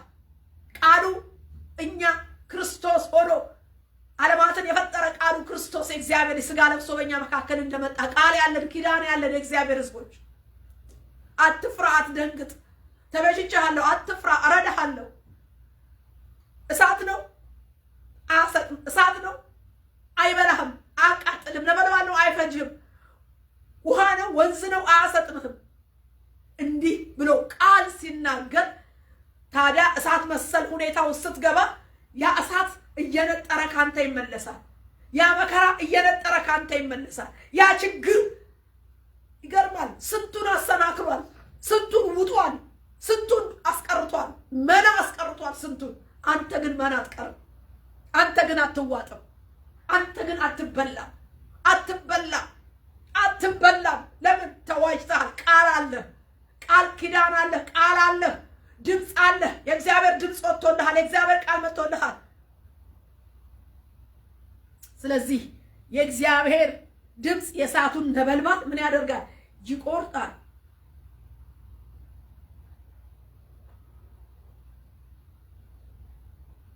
የእግዚአብሔር ድምፅ ዛሬ ወገኖቼ ምን አይነት መከራ ውስጥ ነው ያላችሁ? በመከራ ውስጥ ላላችሁ በፈተናና እሳት በሚመስል ግብግብ ብላችሁ በቃ ችሎት አቅቷችሁ ያላችሁ መከራውን መወጣት ያቃታችሁ ስፍስፍ ያላችሁ ሰዎች ሆይ በዚህ ቃል ታጠቁ። በዚህ መከራ ውስጥ በዚህ በእሳት ውስጥ የእግዚአብሔር ድምፅ ሲያልፍ የእሳቱ ኃይል ይቆረጣል። የመከራው ኃይል ምን ያደርገዋል? የእግዚአብሔር ቃል ይሽረዋል። ኃይሉን ይቆጣጠረዋል። ምድራዊና ተፈጥሯዊ ብቻ አይደለም፣ እኛም ላይ ያለውን መከራ ምን ያደርገዋል? ይቆጣጠረዋል።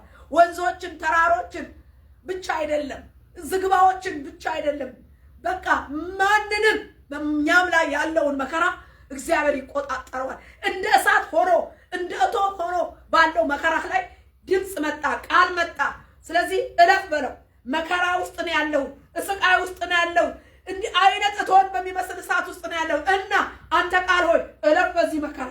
ወገኖቼ ወዳጅህ አያልፍልህም፣ እናትህ አታልፍልህም፣ ወዳጅህ አያልፍልህም። የሚያልፍልህ ቃሉ መከራ ውስጥ ሲያልፍ፣ እሳት በመሰለ ችግር ውስጥ የእግዚአብሔር ቃል ሲያልፍ አለፈ ቃሉ። በርጠለሜዎስ ጌታ ኢየሱስ ባለፈ ጊዜ ነው የተፈወሰው። በዛን ሰዓት አይኑ ተፈወሰልን። የኔና የእናንተ ጉዳይ ቃሉ ነው። ቃሉ ሲያልፍበት የእኛ ችግር አብሮ ያልፋል። ክብር ለኢየሱስ ይሁን። ቀጥሎስ የእግዚአብሔር ድምፅ ምድረ በዳውን ያናውጣል። እግዚአብሔር የቃዴስን ምድረ በዳ ያናውጣል ይላል። ሆ ምድረ በዳ የማይመች ነው፣ በረሃ ነው፣ ጥማት ነው፣ ማጉረምረም ነው፣ የመፈተኛ ስፍራ ነው፣ ምቹ ያልሆነ ቦታ እንደሆነ ያመለክታል። እንደገና ምድረ በዳ ጊንጡ፣ እባቡ፣ አውሬው የሚርመሰመስበት ነው። ምድረ በዳ የጥም እስራት፣ የውሃ ጥም ያለበት ቦታ ነው። የሚመች አይደለም። በየትኛውም አይነት ምድረ በዳውን አናግሮ አናውጦ አንተን ያወጣሃል። ምድረ በዳህን ያናውጠዋል። እግዚአብሔር የቃዴስን ምድረ በዳ ያናውጣል። የእግዚአብሔር ድምፅ ምድረ በዳውን ያናወጠህን ምድረ በዳ የሆነብህን ነገር ችግርህን እግዚአብሔር አናውጦ ይውጣዋል። አንተን ግን ከችግር ያወጣሃል። ችግሩን ግን አናውጦ ይውጣዋል። አሜን ነው። እግዚአብሔር በችግርህ ላይ በምድረ በዳ ላይ ጭውና ጭር ባለበት ምድረ በዳ ላይ የእግዚአብሔር ድምፅ አለፈበት። የእግዚአብሔር ድምፅ አለፈበት። የሚንጎዳጎደው እግዚአብሔር በድምፁ ድንቀኛ ይንጎዳጎዳል። እኛም የማናስተውለውን ታላቅና ኃይለኛ ነገር ያደርጋል። የግርማው ድምፅ፣ ክቡር ድምፁ፣ ኃያል ድምፁ፣ ይህ ድምፅ ሃሌሉያ ተንጎዳጎደ። በምድረ በዳህ ላይ በምድረ በዳሽ ላይ ቤተ ክርስቲያን ምድረ በዳሽ በረሃሽ ላይ አለፈ፣ ተንጎዳጎደ። ጌታ ይመስገን። በምድረ በዳው ጊንጥ ላይ በምድረ በዳው ተናዳፊ እባብ ላይ አለፈ። የእግዚአብሔር ድምፅ ቃሉ አለፈበት። መርዛሙ ጊንጥ ተቀጠቀጠ። መርዛሙ ጊንጥ የወጋሽ ያ እባብ የወጋሽ ደዌ ያ ደዌ የምድረ በዳ እባብ የነደፈሽ ደዌ አምላኬ ቃሉን አሳለፈበት፣ ተነቀለ። የእባቡ መርዝ የነደፈሽ ልዩ ልዩ በሽታ የተነደፋችሁ እባቡ በምድረ በዳ ሙሴ ህዝቡን ሲመራ በምድረ በዳ በእባብ የተነደፉ ነበሩ። ሙሴ የናሱን እባብ በሰቀለ ጊዜ ወደ ናሱ እባብ አይናቸው ያዩት መርዙ በውስጣቸው እያለ ተፈወሱ። በተሰቀለው ጌታ በቃሉ በክርስቶስ ኢየሱስ ዛሬ በልዩ ልዩ ነዳፊ በሆነው በምድረ በዳ እባብ መርዝ የተወጋችሁ በየትኛውም በሽታ ውስጥ ያላችሁ እመኑኝ ወገኖቼ፣ የናዝሬቱ ኢየሱስ የእግዚአብሔር ልጅ ፈዋሽ ቃሉ ድምፀ መለኮት ቃሉ ፈዋሹ ክርስቶስ አለፈበት በመድኃኒቱ ስልጣን። እነሆ እግዚአብሔር ቃል እንደዚህ ነው የሚለው መዝሙር 12:5 ላይ እንዲህ ይላል፣ ስለ ድሆች መከራ ስለ ችግረኞች ጩኸት እግዚአብሔር አሁን እነሳለሁ ይላል፣ መድኃኒትም አደርጋለሁ በላዩ እገለጣለሁ ይላል። እግዚአብሔር ዛሬ በበሽታ ላይ በላዩ ይገለጥበት። ድምፀ ቃሉ በበሽታ ላይ ይውጣ። በምድረ በዳ የተነደፋችሁ፣ በጊንጥ የተነደፋችሁ፣ በእባብ የተነደፋችሁ፣ የምድረ በዳው እባብ ወቅቶ በሽተኛ ያደረጋችሁ በዚሁ ሰዓት ምድረ በዳን በሚያናውጥ በእግዚአብሔር ድምፀ ቃል በኢየሱስም ይሄ በሽታ የተነቀለ ይሁን። አለፈ። ምድረ በዳ የተነደፍሽበት በሽታ አይገልሽም። ምድረ በዳ የተወጋሽበት በሽታ አይገልሽም። የባቡ መርዝ አይገልሽም። ቃሉን በመስቀል ላይ የተሰቀለው ክርስቶስ ስላንቺ የሞተበትን መድኃኒቱን ክርስቶስን በላዩ ላይ በበሽታሽ ላይ በላዩ ላይ መድኃኒቱ ክርስቶስ ተገለጠበት። ይሄን ቃል አወጅኩኝ ለራሴ ለሕዝቤ ለሚሰማኝ ይሄን ቃል አወጅኩኝ። በምድረ በዳ እባብ የተነደፋችሁ፣ በምድረ በዳው አውሬ የተነከሳችሁ፣ በምድረ በዳው ችግር ውስጥ የገባችሁ ዛሬ ነዳፊው እባብ በነደፈበትና እግዚአብሔር በልጁ በክርስቶስ ቃል ሥጋ ለብሶ በተገለጠበት የመስቀል ቃልና ስልጣን መድኃኒት ይዞ አለፈ። ሃሌሉያ። መዝሙር 12ን አንብቡት ቁጥር 5 ላይ ድንገት አሁን የመጣ ቃል ነው። ስለዚህ በምድረ በዳ ውስጥ ነገር ምድረ በዳ ያደረገውን ነገር እግዚአብሔር ያነሳዋል። ለምን? በምድረ በዳ ውሃን በበረሃ ወንዞችን ሰጥቻለሁ ይላል። ምድረ በዳህን እግዚአብሔር ያለመልመዋል። ምድረ በዳህን ያለመልመዋል። ምድረ በዳህን እግዚአብሔር አናውጦ ውጦ ምድረ በዳውን ካንተ ይለይና አንተን ያለመልምልሃል፣ ያለመልማል። ለምን? በምድረ በዳ ወንዞችን በምድረ በዳ ውሃ በበረሃ ወንዞችን ሰጥቻለሁ፣ ኦልሬዲ ሰጥቻለሁ ይላል። ነው አዲስን ነገር እግዚአብሔር አደርጋለሁ በሚለው ኢሳይያስ 41 ላይ እንዲህ ያለ ይናገራል። በቃ አዲስን ነገር እግዚአብሔር ያደርጋል። ምድረ በዳዬን ምድረ በዳችሁን ያለመልማል። የእግዚአብሔር ድምፅ ይሄን ያደርጋል። ቃሉ ይሄንን ያደርጋል። እግዚአብሔር ይመስገን። ስድስተኛ የእግዚአብሔር ድምፅ ዋላዎችን ያጠነክራቸዋል። ወገኖቼ ዋላዎችን ያጠነክራል። የእግዚአብሔር ድምፅ ዋላዎችን ያጠነክራል። የእግዚአብሔር ድምፅ ዋላዎችን ያጠነክራቸዋል ይላል። ድምፅ ሲመጣ ለደካከሙት ኢየሱስ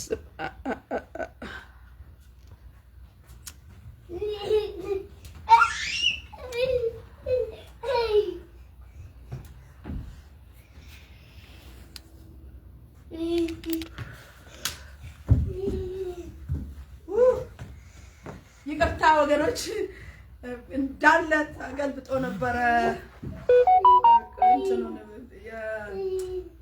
የቪዲዮውን በሞባይል እየተቀረጸ ነበረ። ይቅርታ ይቅርታ። እግዚአብሔር ይመስገን። ሕፃን ልጅ ነው ስቦ እንዲህ በቋሚ እንትን የቆመውን ሲገለብጠው ድንገት ያው ተስተካክሏል። እግዚአብሔር ይመስገን። ሳናየው ነው ይሄንን የሆነው። እግዚአብሔር የተመሰገነ ይሁን። እንግዲህ ስድስተኛ ነገሮችን ልመልስና ወደ ክፍሉ የእግዚአብሔር ድምፅ ዋላዎችን ያጠነክራቸዋል ይላል። ዋላዎችን ያጠነክራቸዋል። ሊጠነክሩ ሊጸኑ የሚገባቸውን የላሉ ጉልበቶችን ያጸናል፣ ያጠነክራል። የላላውን አይነቅለውም፣ አይጥለውም። የእግዚአብሔር ድምፅ ሲመጣ ደካማን ብርቱ ያደርጋል። ደካማን ብርቱ ያደርጋል።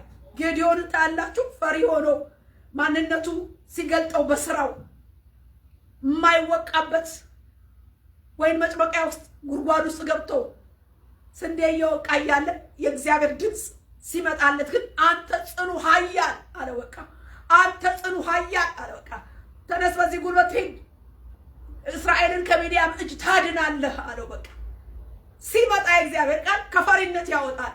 ሲመጣ የእግዚአብሔር ቃል ከድካም ያወጣና ያጠነክርሃል።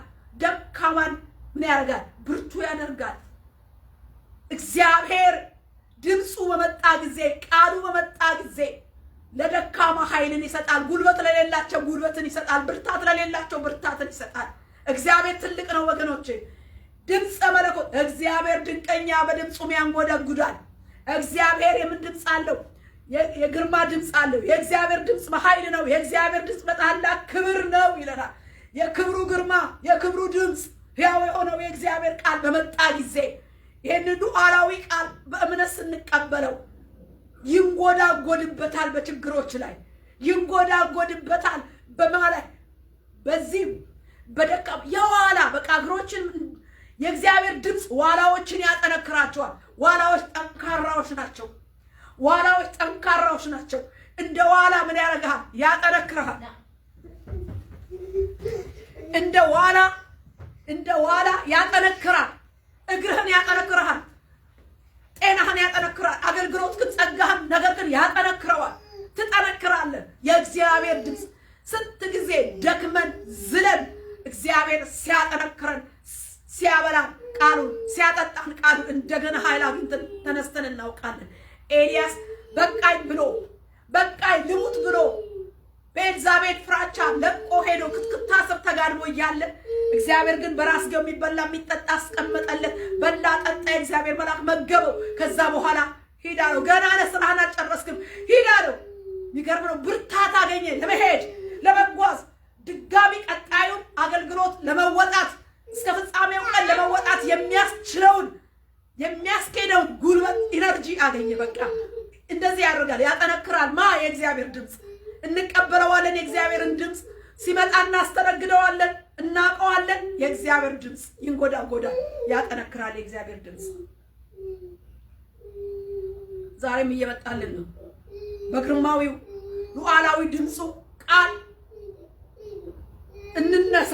የደከምን የዛልን ተስፋ የቆረጥን በዚህ ሉዓላዊ ቃል እንነሳ። የእግዚአብሔር ድምፅ አለፈ። የእግዚአብሔር ድምፅ ጸቃት መለኮት ቃል ውስጥ ትንፈሰ መለኮት ቃሉ መጣ። ምን ሊያደርግ? እንደ ዋላ እግር ሊያጠነክርሽ፣ እንደ ዋላ እግር ሊያቆምሽ መጣልሽ።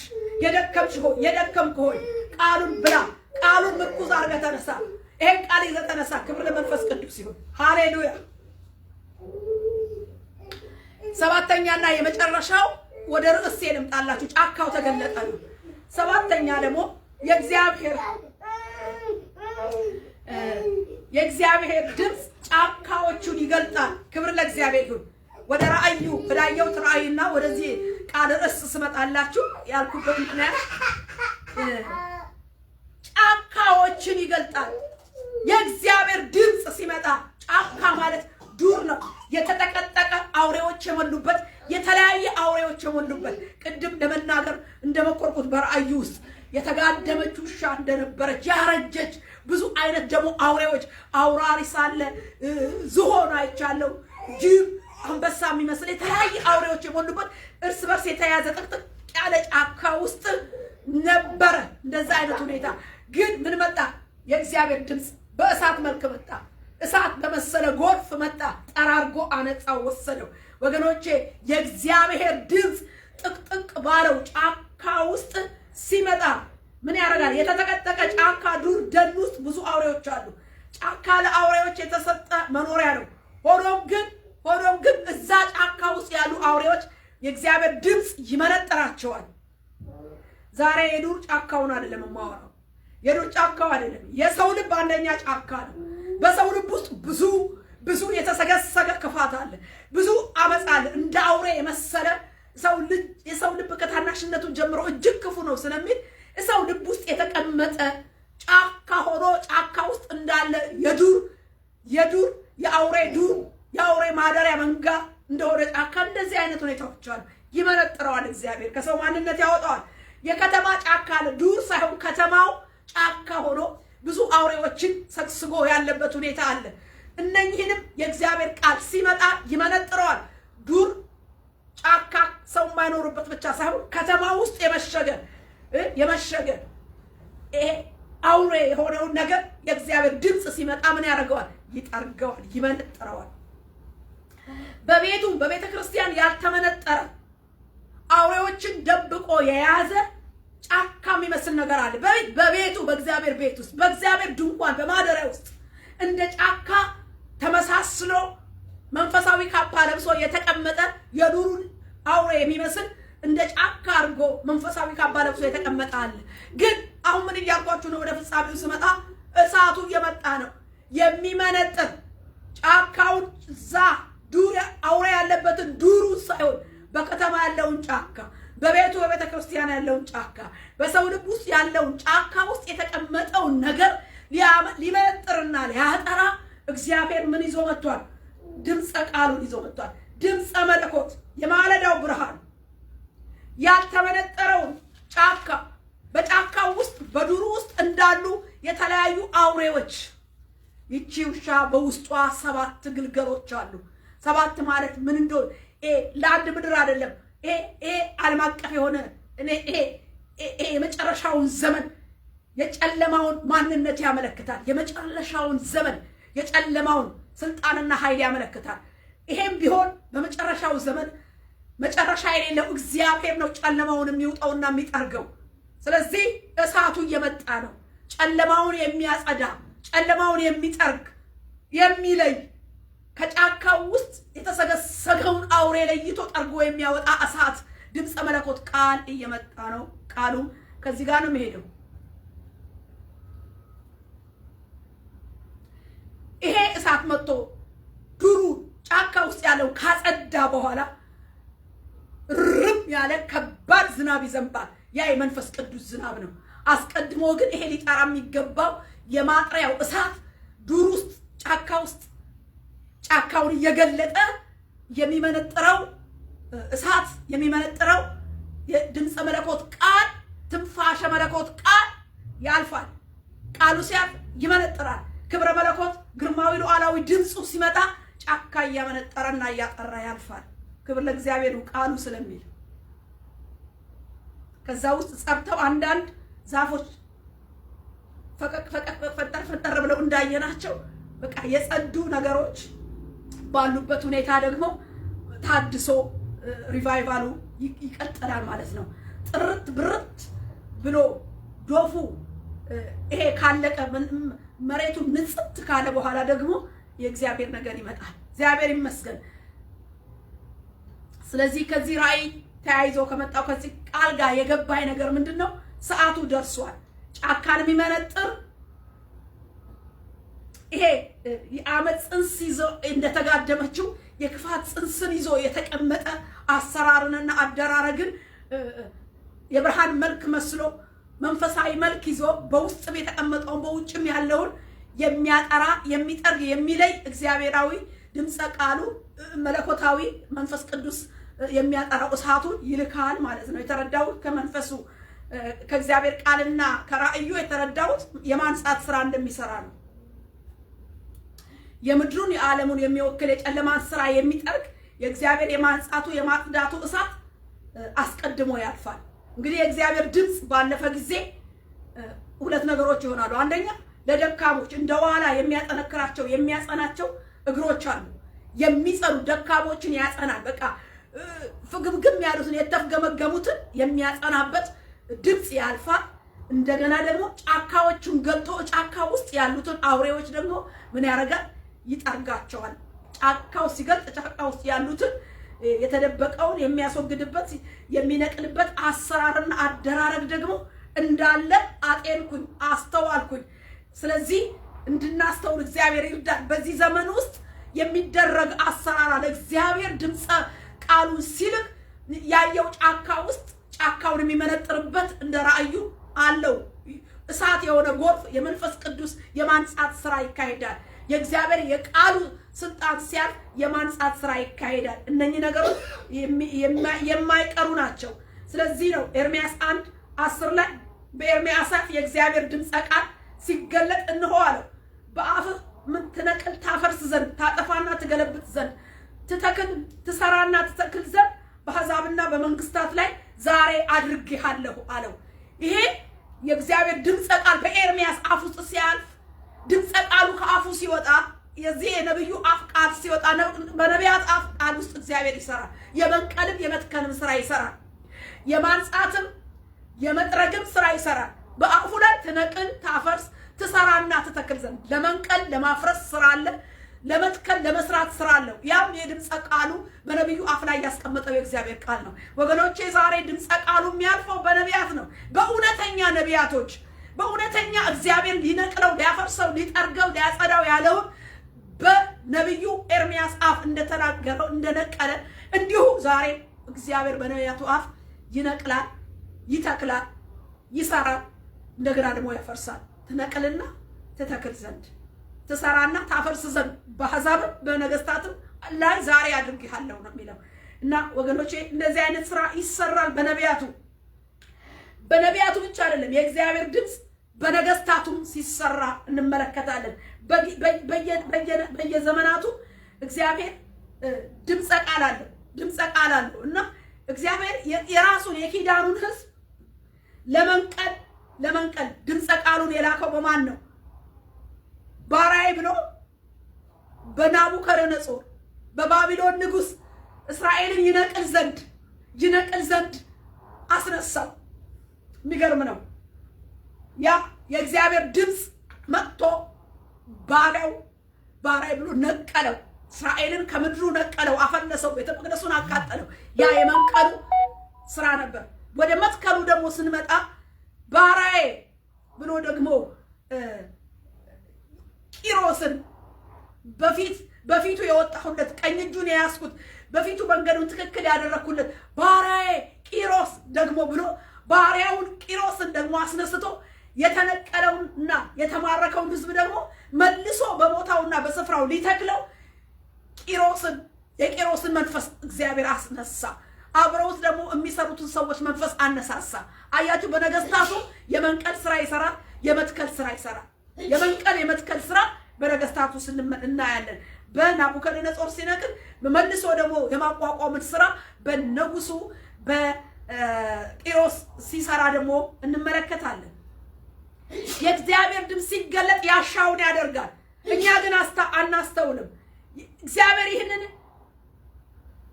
ይሁን ያለውን በነቢያቱ በነገስታቱ በየዘመናቱ ይሰራል። ዛሬም እንደዚሁ ነው።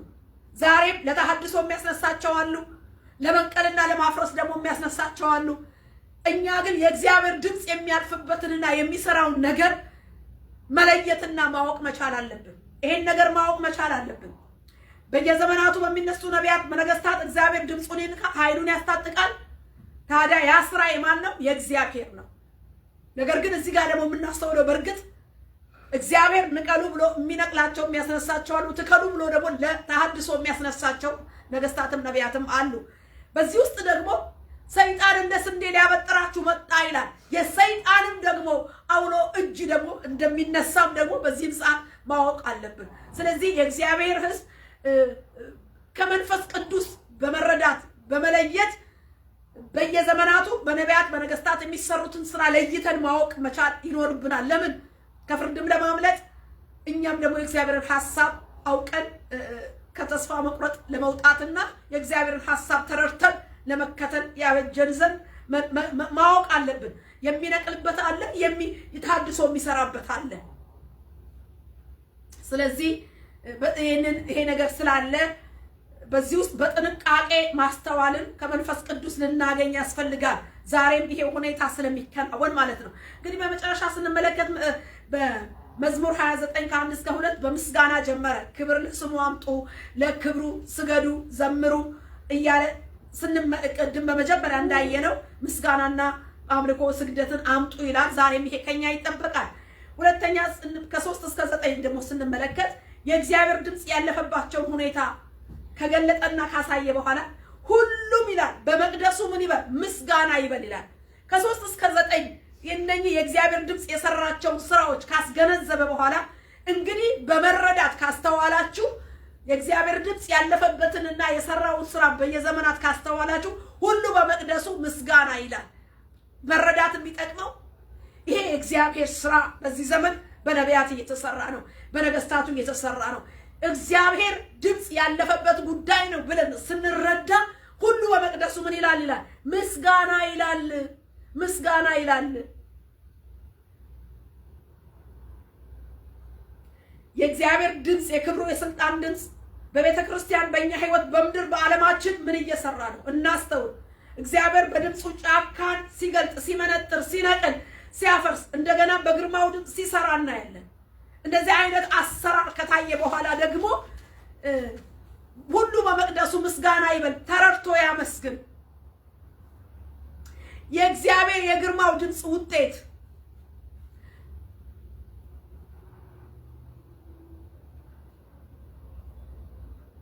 ስለዚህ ለይተን ከሰይጣን ጥፋት ስራና ከእግዚአብሔር ከግርማው ድምፅ ስራ አውቀን ለይተን ስለ ድምፁ እና በድምፁ መጥቶ ስለሰራው ስራ እግዚአብሔርን እናመስግን። እግዚአብሔርን እናመስግን። በነቢያቱ ምን ሰራ? እግዚአብሔር ምን ብሎ ምን ሰራ? በነገስታቱ ምን ብሎ ምን ሰራ? እናጢን። ከእግዚአብሔር ቃልና ከተናገረው አኳያ አጢነን ሁሉ በመቅደሱ ምስጋና ይላል። ለይተን አውቀን እግዚአብሔርን ልናመሰግነው ይገባል። እንግዲህ በማጠቃለያ ስንመለከተው ደግሞ የዚህ ጫካው ከተገለጠ የእግዚአብሔር የግርማው ድምፅ ከተንጎዳጎደ ከ3 እስከ 9 ከተንጎዳጎደ በኋላ ሁሉ ምስጋና ይበል ካለ በኋላ የሚገርም ነው። በታላቁ በተንጎዳጎደበት ድንቀኛ በሆነውና በድምፁ ቃል በዚህ ቃል ምን አለ? የጥፋት ውሃ እግዚአብሔር የጥፋትን ውሃ ሰብስቧል። እግዚአብሔር ለዘላለም ንጉሥ ሆኖ ይቀመጣል። እግዚአብሔር የጥፋትን ውሃ ሰብስቧል። የኖህን ዘመን እናስታውስ እንችላለን። የጥፋት ውሃ ነበር። ቀላያት ተከፍተው ምድርን ያለው እስትንፋስ ያለው ሁሉ የዋጠበት የጥፋት ውሃ ነበረ። እንደገና ደግሞ የጥፋት ውሃ የተሰበሰበበት የጥፋት ውሃ የደረቀበት ዘመን እንደነበረ እናውቃለን። እግዚአብሔር በድምፁ ይሄን አደረገ ካለ በኋላ እዚህ ጋር ምን እናያለን? የሚገርም ነገር የጥፋት ውሃ ተሰበሰበ። የእግዚአብሔር ድምፅ የጥፋትን ውሃ ምን ያደርጋል? ይሰበስባል። የእግዚአብሔር ድምፅ እግዚአብሔር በድምፁ የጥፋትን ውሃ ምን አደረገ? ይሰበስባል። ምስጋና ይበል። የእግዚአብሔር ድምፅ ይሄን አደረገ ካለ በኋላ ይሄ የዚህ የድምፁ ውጤት ስናየው አንደኛ አመስግኑ። በድምፁ ላይ ድምፁ መጥቶ የሰራውን ስራ እያያችሁ አመስግኑ። ቀጥሎስ ምን ሆኗል? የጥፋት ውሃ ተሰብስቧል። በዚህ ጊዜ ምን ሆነ? የጥፋት ጫካው ከተገለጠ ከጸዳ በኋላ የእግዚአብሔር ድምፅ አልፎ እነኚህ ስራዎች ከተሰሩ በኋላ እግዚአብሔር የጥፋት ውሃ ከተሰበሰበ በኋላ 11ኛ ቁጥር እግዚአብሔር ለሕዝቡ ኃይልን ይሰጣል ይላል። ኃይል ይመጣል። ከዛ በኋላ ኃይል ይለቀቃል። የመታደስ ጉልበት፣ የተሐድሶ ህይወት ይመጣል። ወገኖቼ ኃይል እግዚአብሔር ለሕዝቡ ኃይል ይሰጣል። መቼ? የእግዚአብሔር ድምፅ አልፎ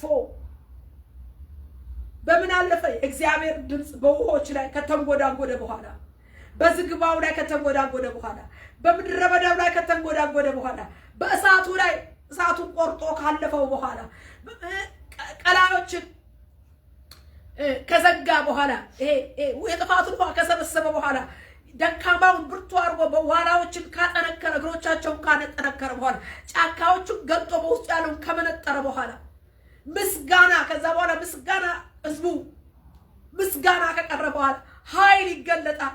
የእግዚአብሔር ኃይል ምንን ያመለክታል? የመታደስ ጉልበት፣ የመንፈስ ቅዱስን ሙላትና ኃይል፣ የጸጋን ሙላትና ኃይል ይመጣል። እግዚአብሔር ለሕዝቡ ምን ሰጠ?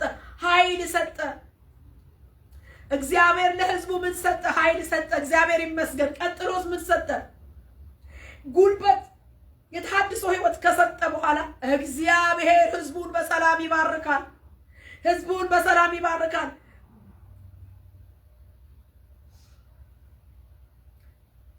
በዚህ በሉዓላዊው በሰማያዊው በግርማዊው ድምፅ አልፎ የሰራውን ከሰራ በኋላ ቅድም እንዳየነው እግዚአብሔር ለሕዝቡ ሁሉ ለእግዚአብሔር ምስጋና ሰጠ። የጥፋት ውሃ ተሰበሰበ። እንግዲህ አሁን የጥፋት ውሃ ተሰብስቧል። እንግዲህ አሁን ጫካው ተመንጥሯል። እንግዲህ አሁን ዋላ እግሮች ደካሞች ጠንክረዋል። አሁን የሚያስፈልገው ምንድን ነው? ኃይል ነው። የእግዚአብሔር ኃይል ይመጣል ወገኖቼ። የእግዚአብሔር ኃይል፣ የመንፈስ ቅዱስ ኃይል፣ የምንጠብቀው ሪቫይቫል፣ የምንጠብቀው ኃይል ይመጣል ከዚህ በኋላ ማለት ነው። ደረጃውን እየጠበቀ ነው የምናየው። ይህም ብቻ አይደለም፣ እግዚአብሔር ሕዝቡን በሰላም ይባርካል። ጠብና ንትርክ መለያየት የሌለበትን ሰላም እግዚአብሔር ይሰጣል።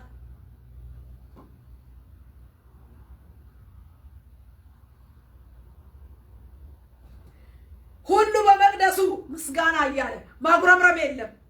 ምስጋና እያለ በሚሰጥበት በዛን ጊዜ፣ የጥፋት ውሃ በተሰበሰበበት በዛን ጊዜ፣ ጫካ በተመነጠረበት በዛን ጊዜ፣ የእግዚአብሔር ድምፅ ባለፈና ስራውን በፈጸመ በዛን ጊዜ እግዚአብሔር ለሕዝቡ ኃይልን ይሰጣል። እግዚአብሔር ሕዝቡን በሰላም ይባርካል። ክብር ለመንፈስ ቅዱስ ይሁን።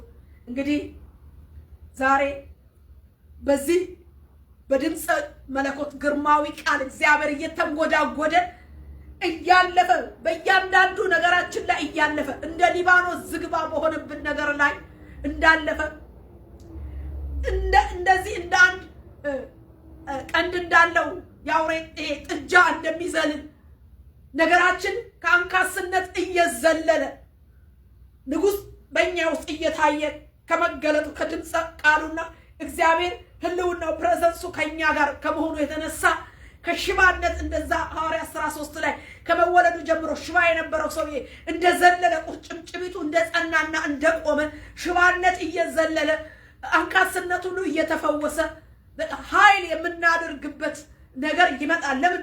ድምፀ መለኮት ቃሉ እግዚአብሔር በድምፁ ድንቀኛ ያንጎደጉዳል። እኛም የማናስተውለውን ታላቅና ኃይለኛ ነገር ያደርጋል።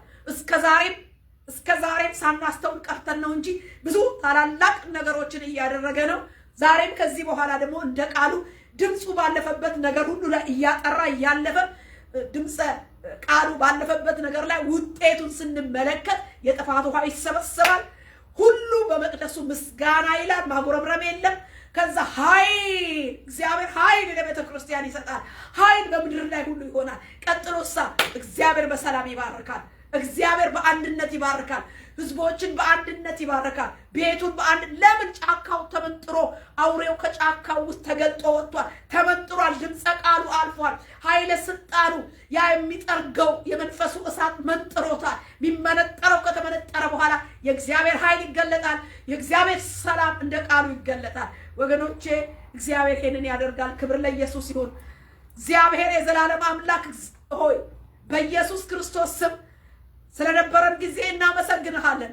ዛሬ አስተውለን ድምፅህ የሚንጎዳጎድበትን እርምጃ እያየን እያስተዋልን በኢየሱስ ክርስቶስ ስም እንድንከታተልህ በምታልፍበት መንገድ እኛ እግዚአብሔር ሆይ አልፈ ችግራችንን እንደ ዝግባ የሆነብንን እነሆ እግዚአብሔር ሆይ እነሆ እንደ እሳት የሆነብንን እንደ ምድረ በዳ የሆነብንን እንደ ጫካ ሆኖ ደግሞ በውስጥ ያልተመነጠረ የተሰገሰገ ብዙ ተናዳፊ አውሬ ያለበትን ጫካ ሆኖ በልብ ውስጥ የተቀመጠ በጉባኤ በቤተ ክርስቲያን የተቀመጠ በከተማ የተቀመጠ እግዚአብሔር በገጠር የተቀመጠ የትኛውም እግዚአብሔር ሆይ ጫካ ውስጥ ያለ ሊመነጠር የሚገባው በኢየሱስ ክርስቶስ ስም የመንፈስ ቅዱስ የማጥሪያ እሳት እንደ ራዩ እንዲመጣበት እንደ ቃሉ ድምፀ ቃልህ እንዲያልፍበት ለአንተ ጫካ ለሚመነጥር ዝግባን ለሚሰብር ለዚህ እግዚአብሔር ለሚያጠራ ለድምፀ ቃልህ ለመንፈስ ቅዱስ እግዚአብሔር ለሚያጠራ እሳትን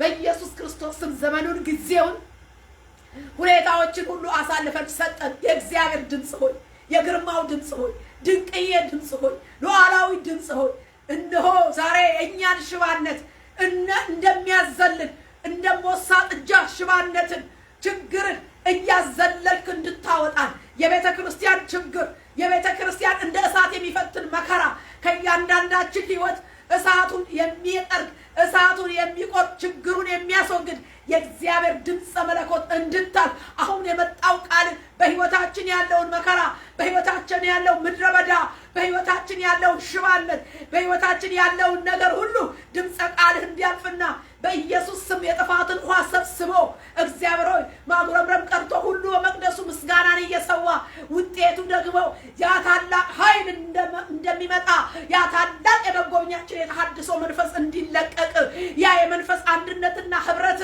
ሰላም እንዲፈስልን የሰላም ንጉስ የመንፈስ ፍሬ ሰላም በደም የተገኘ ሰላም በኢየሱስ ስም ለቤተ ክርስቲያን እንዲመጣ ይሄ ሰላም በኢየሱስ ስም ይሄ ሰላም በተጠረገው በመንፈስ በተጠረገው በድምፀ ቃል በተጠረገው በዚህ መንገድ ላይ የእግዚአብሔር ሰላም ለቤተ ክርስቲያን የእግዚአብሔር ሰላም ለሀገሮችና ለምድር ለዓለም እንዲለቀቅልን በኢየሱስ ክርስቶስም ድምፀ ቃልህን አምነን እንሆን እግዚአብሔር ሆይ ተቀበልነው። ስራውን ይፈጽም የጥፋቷን ይሰብስብልን በኢየሱስ ስም በምስጋና እንሞላ ችግሮቻችንን ያስወግድልን ሰላምህን እንሆ ያጎናጽፈን በኢየሱስ ስም ጸለይን ቃልህን አሜን ብለን ተቀበልን።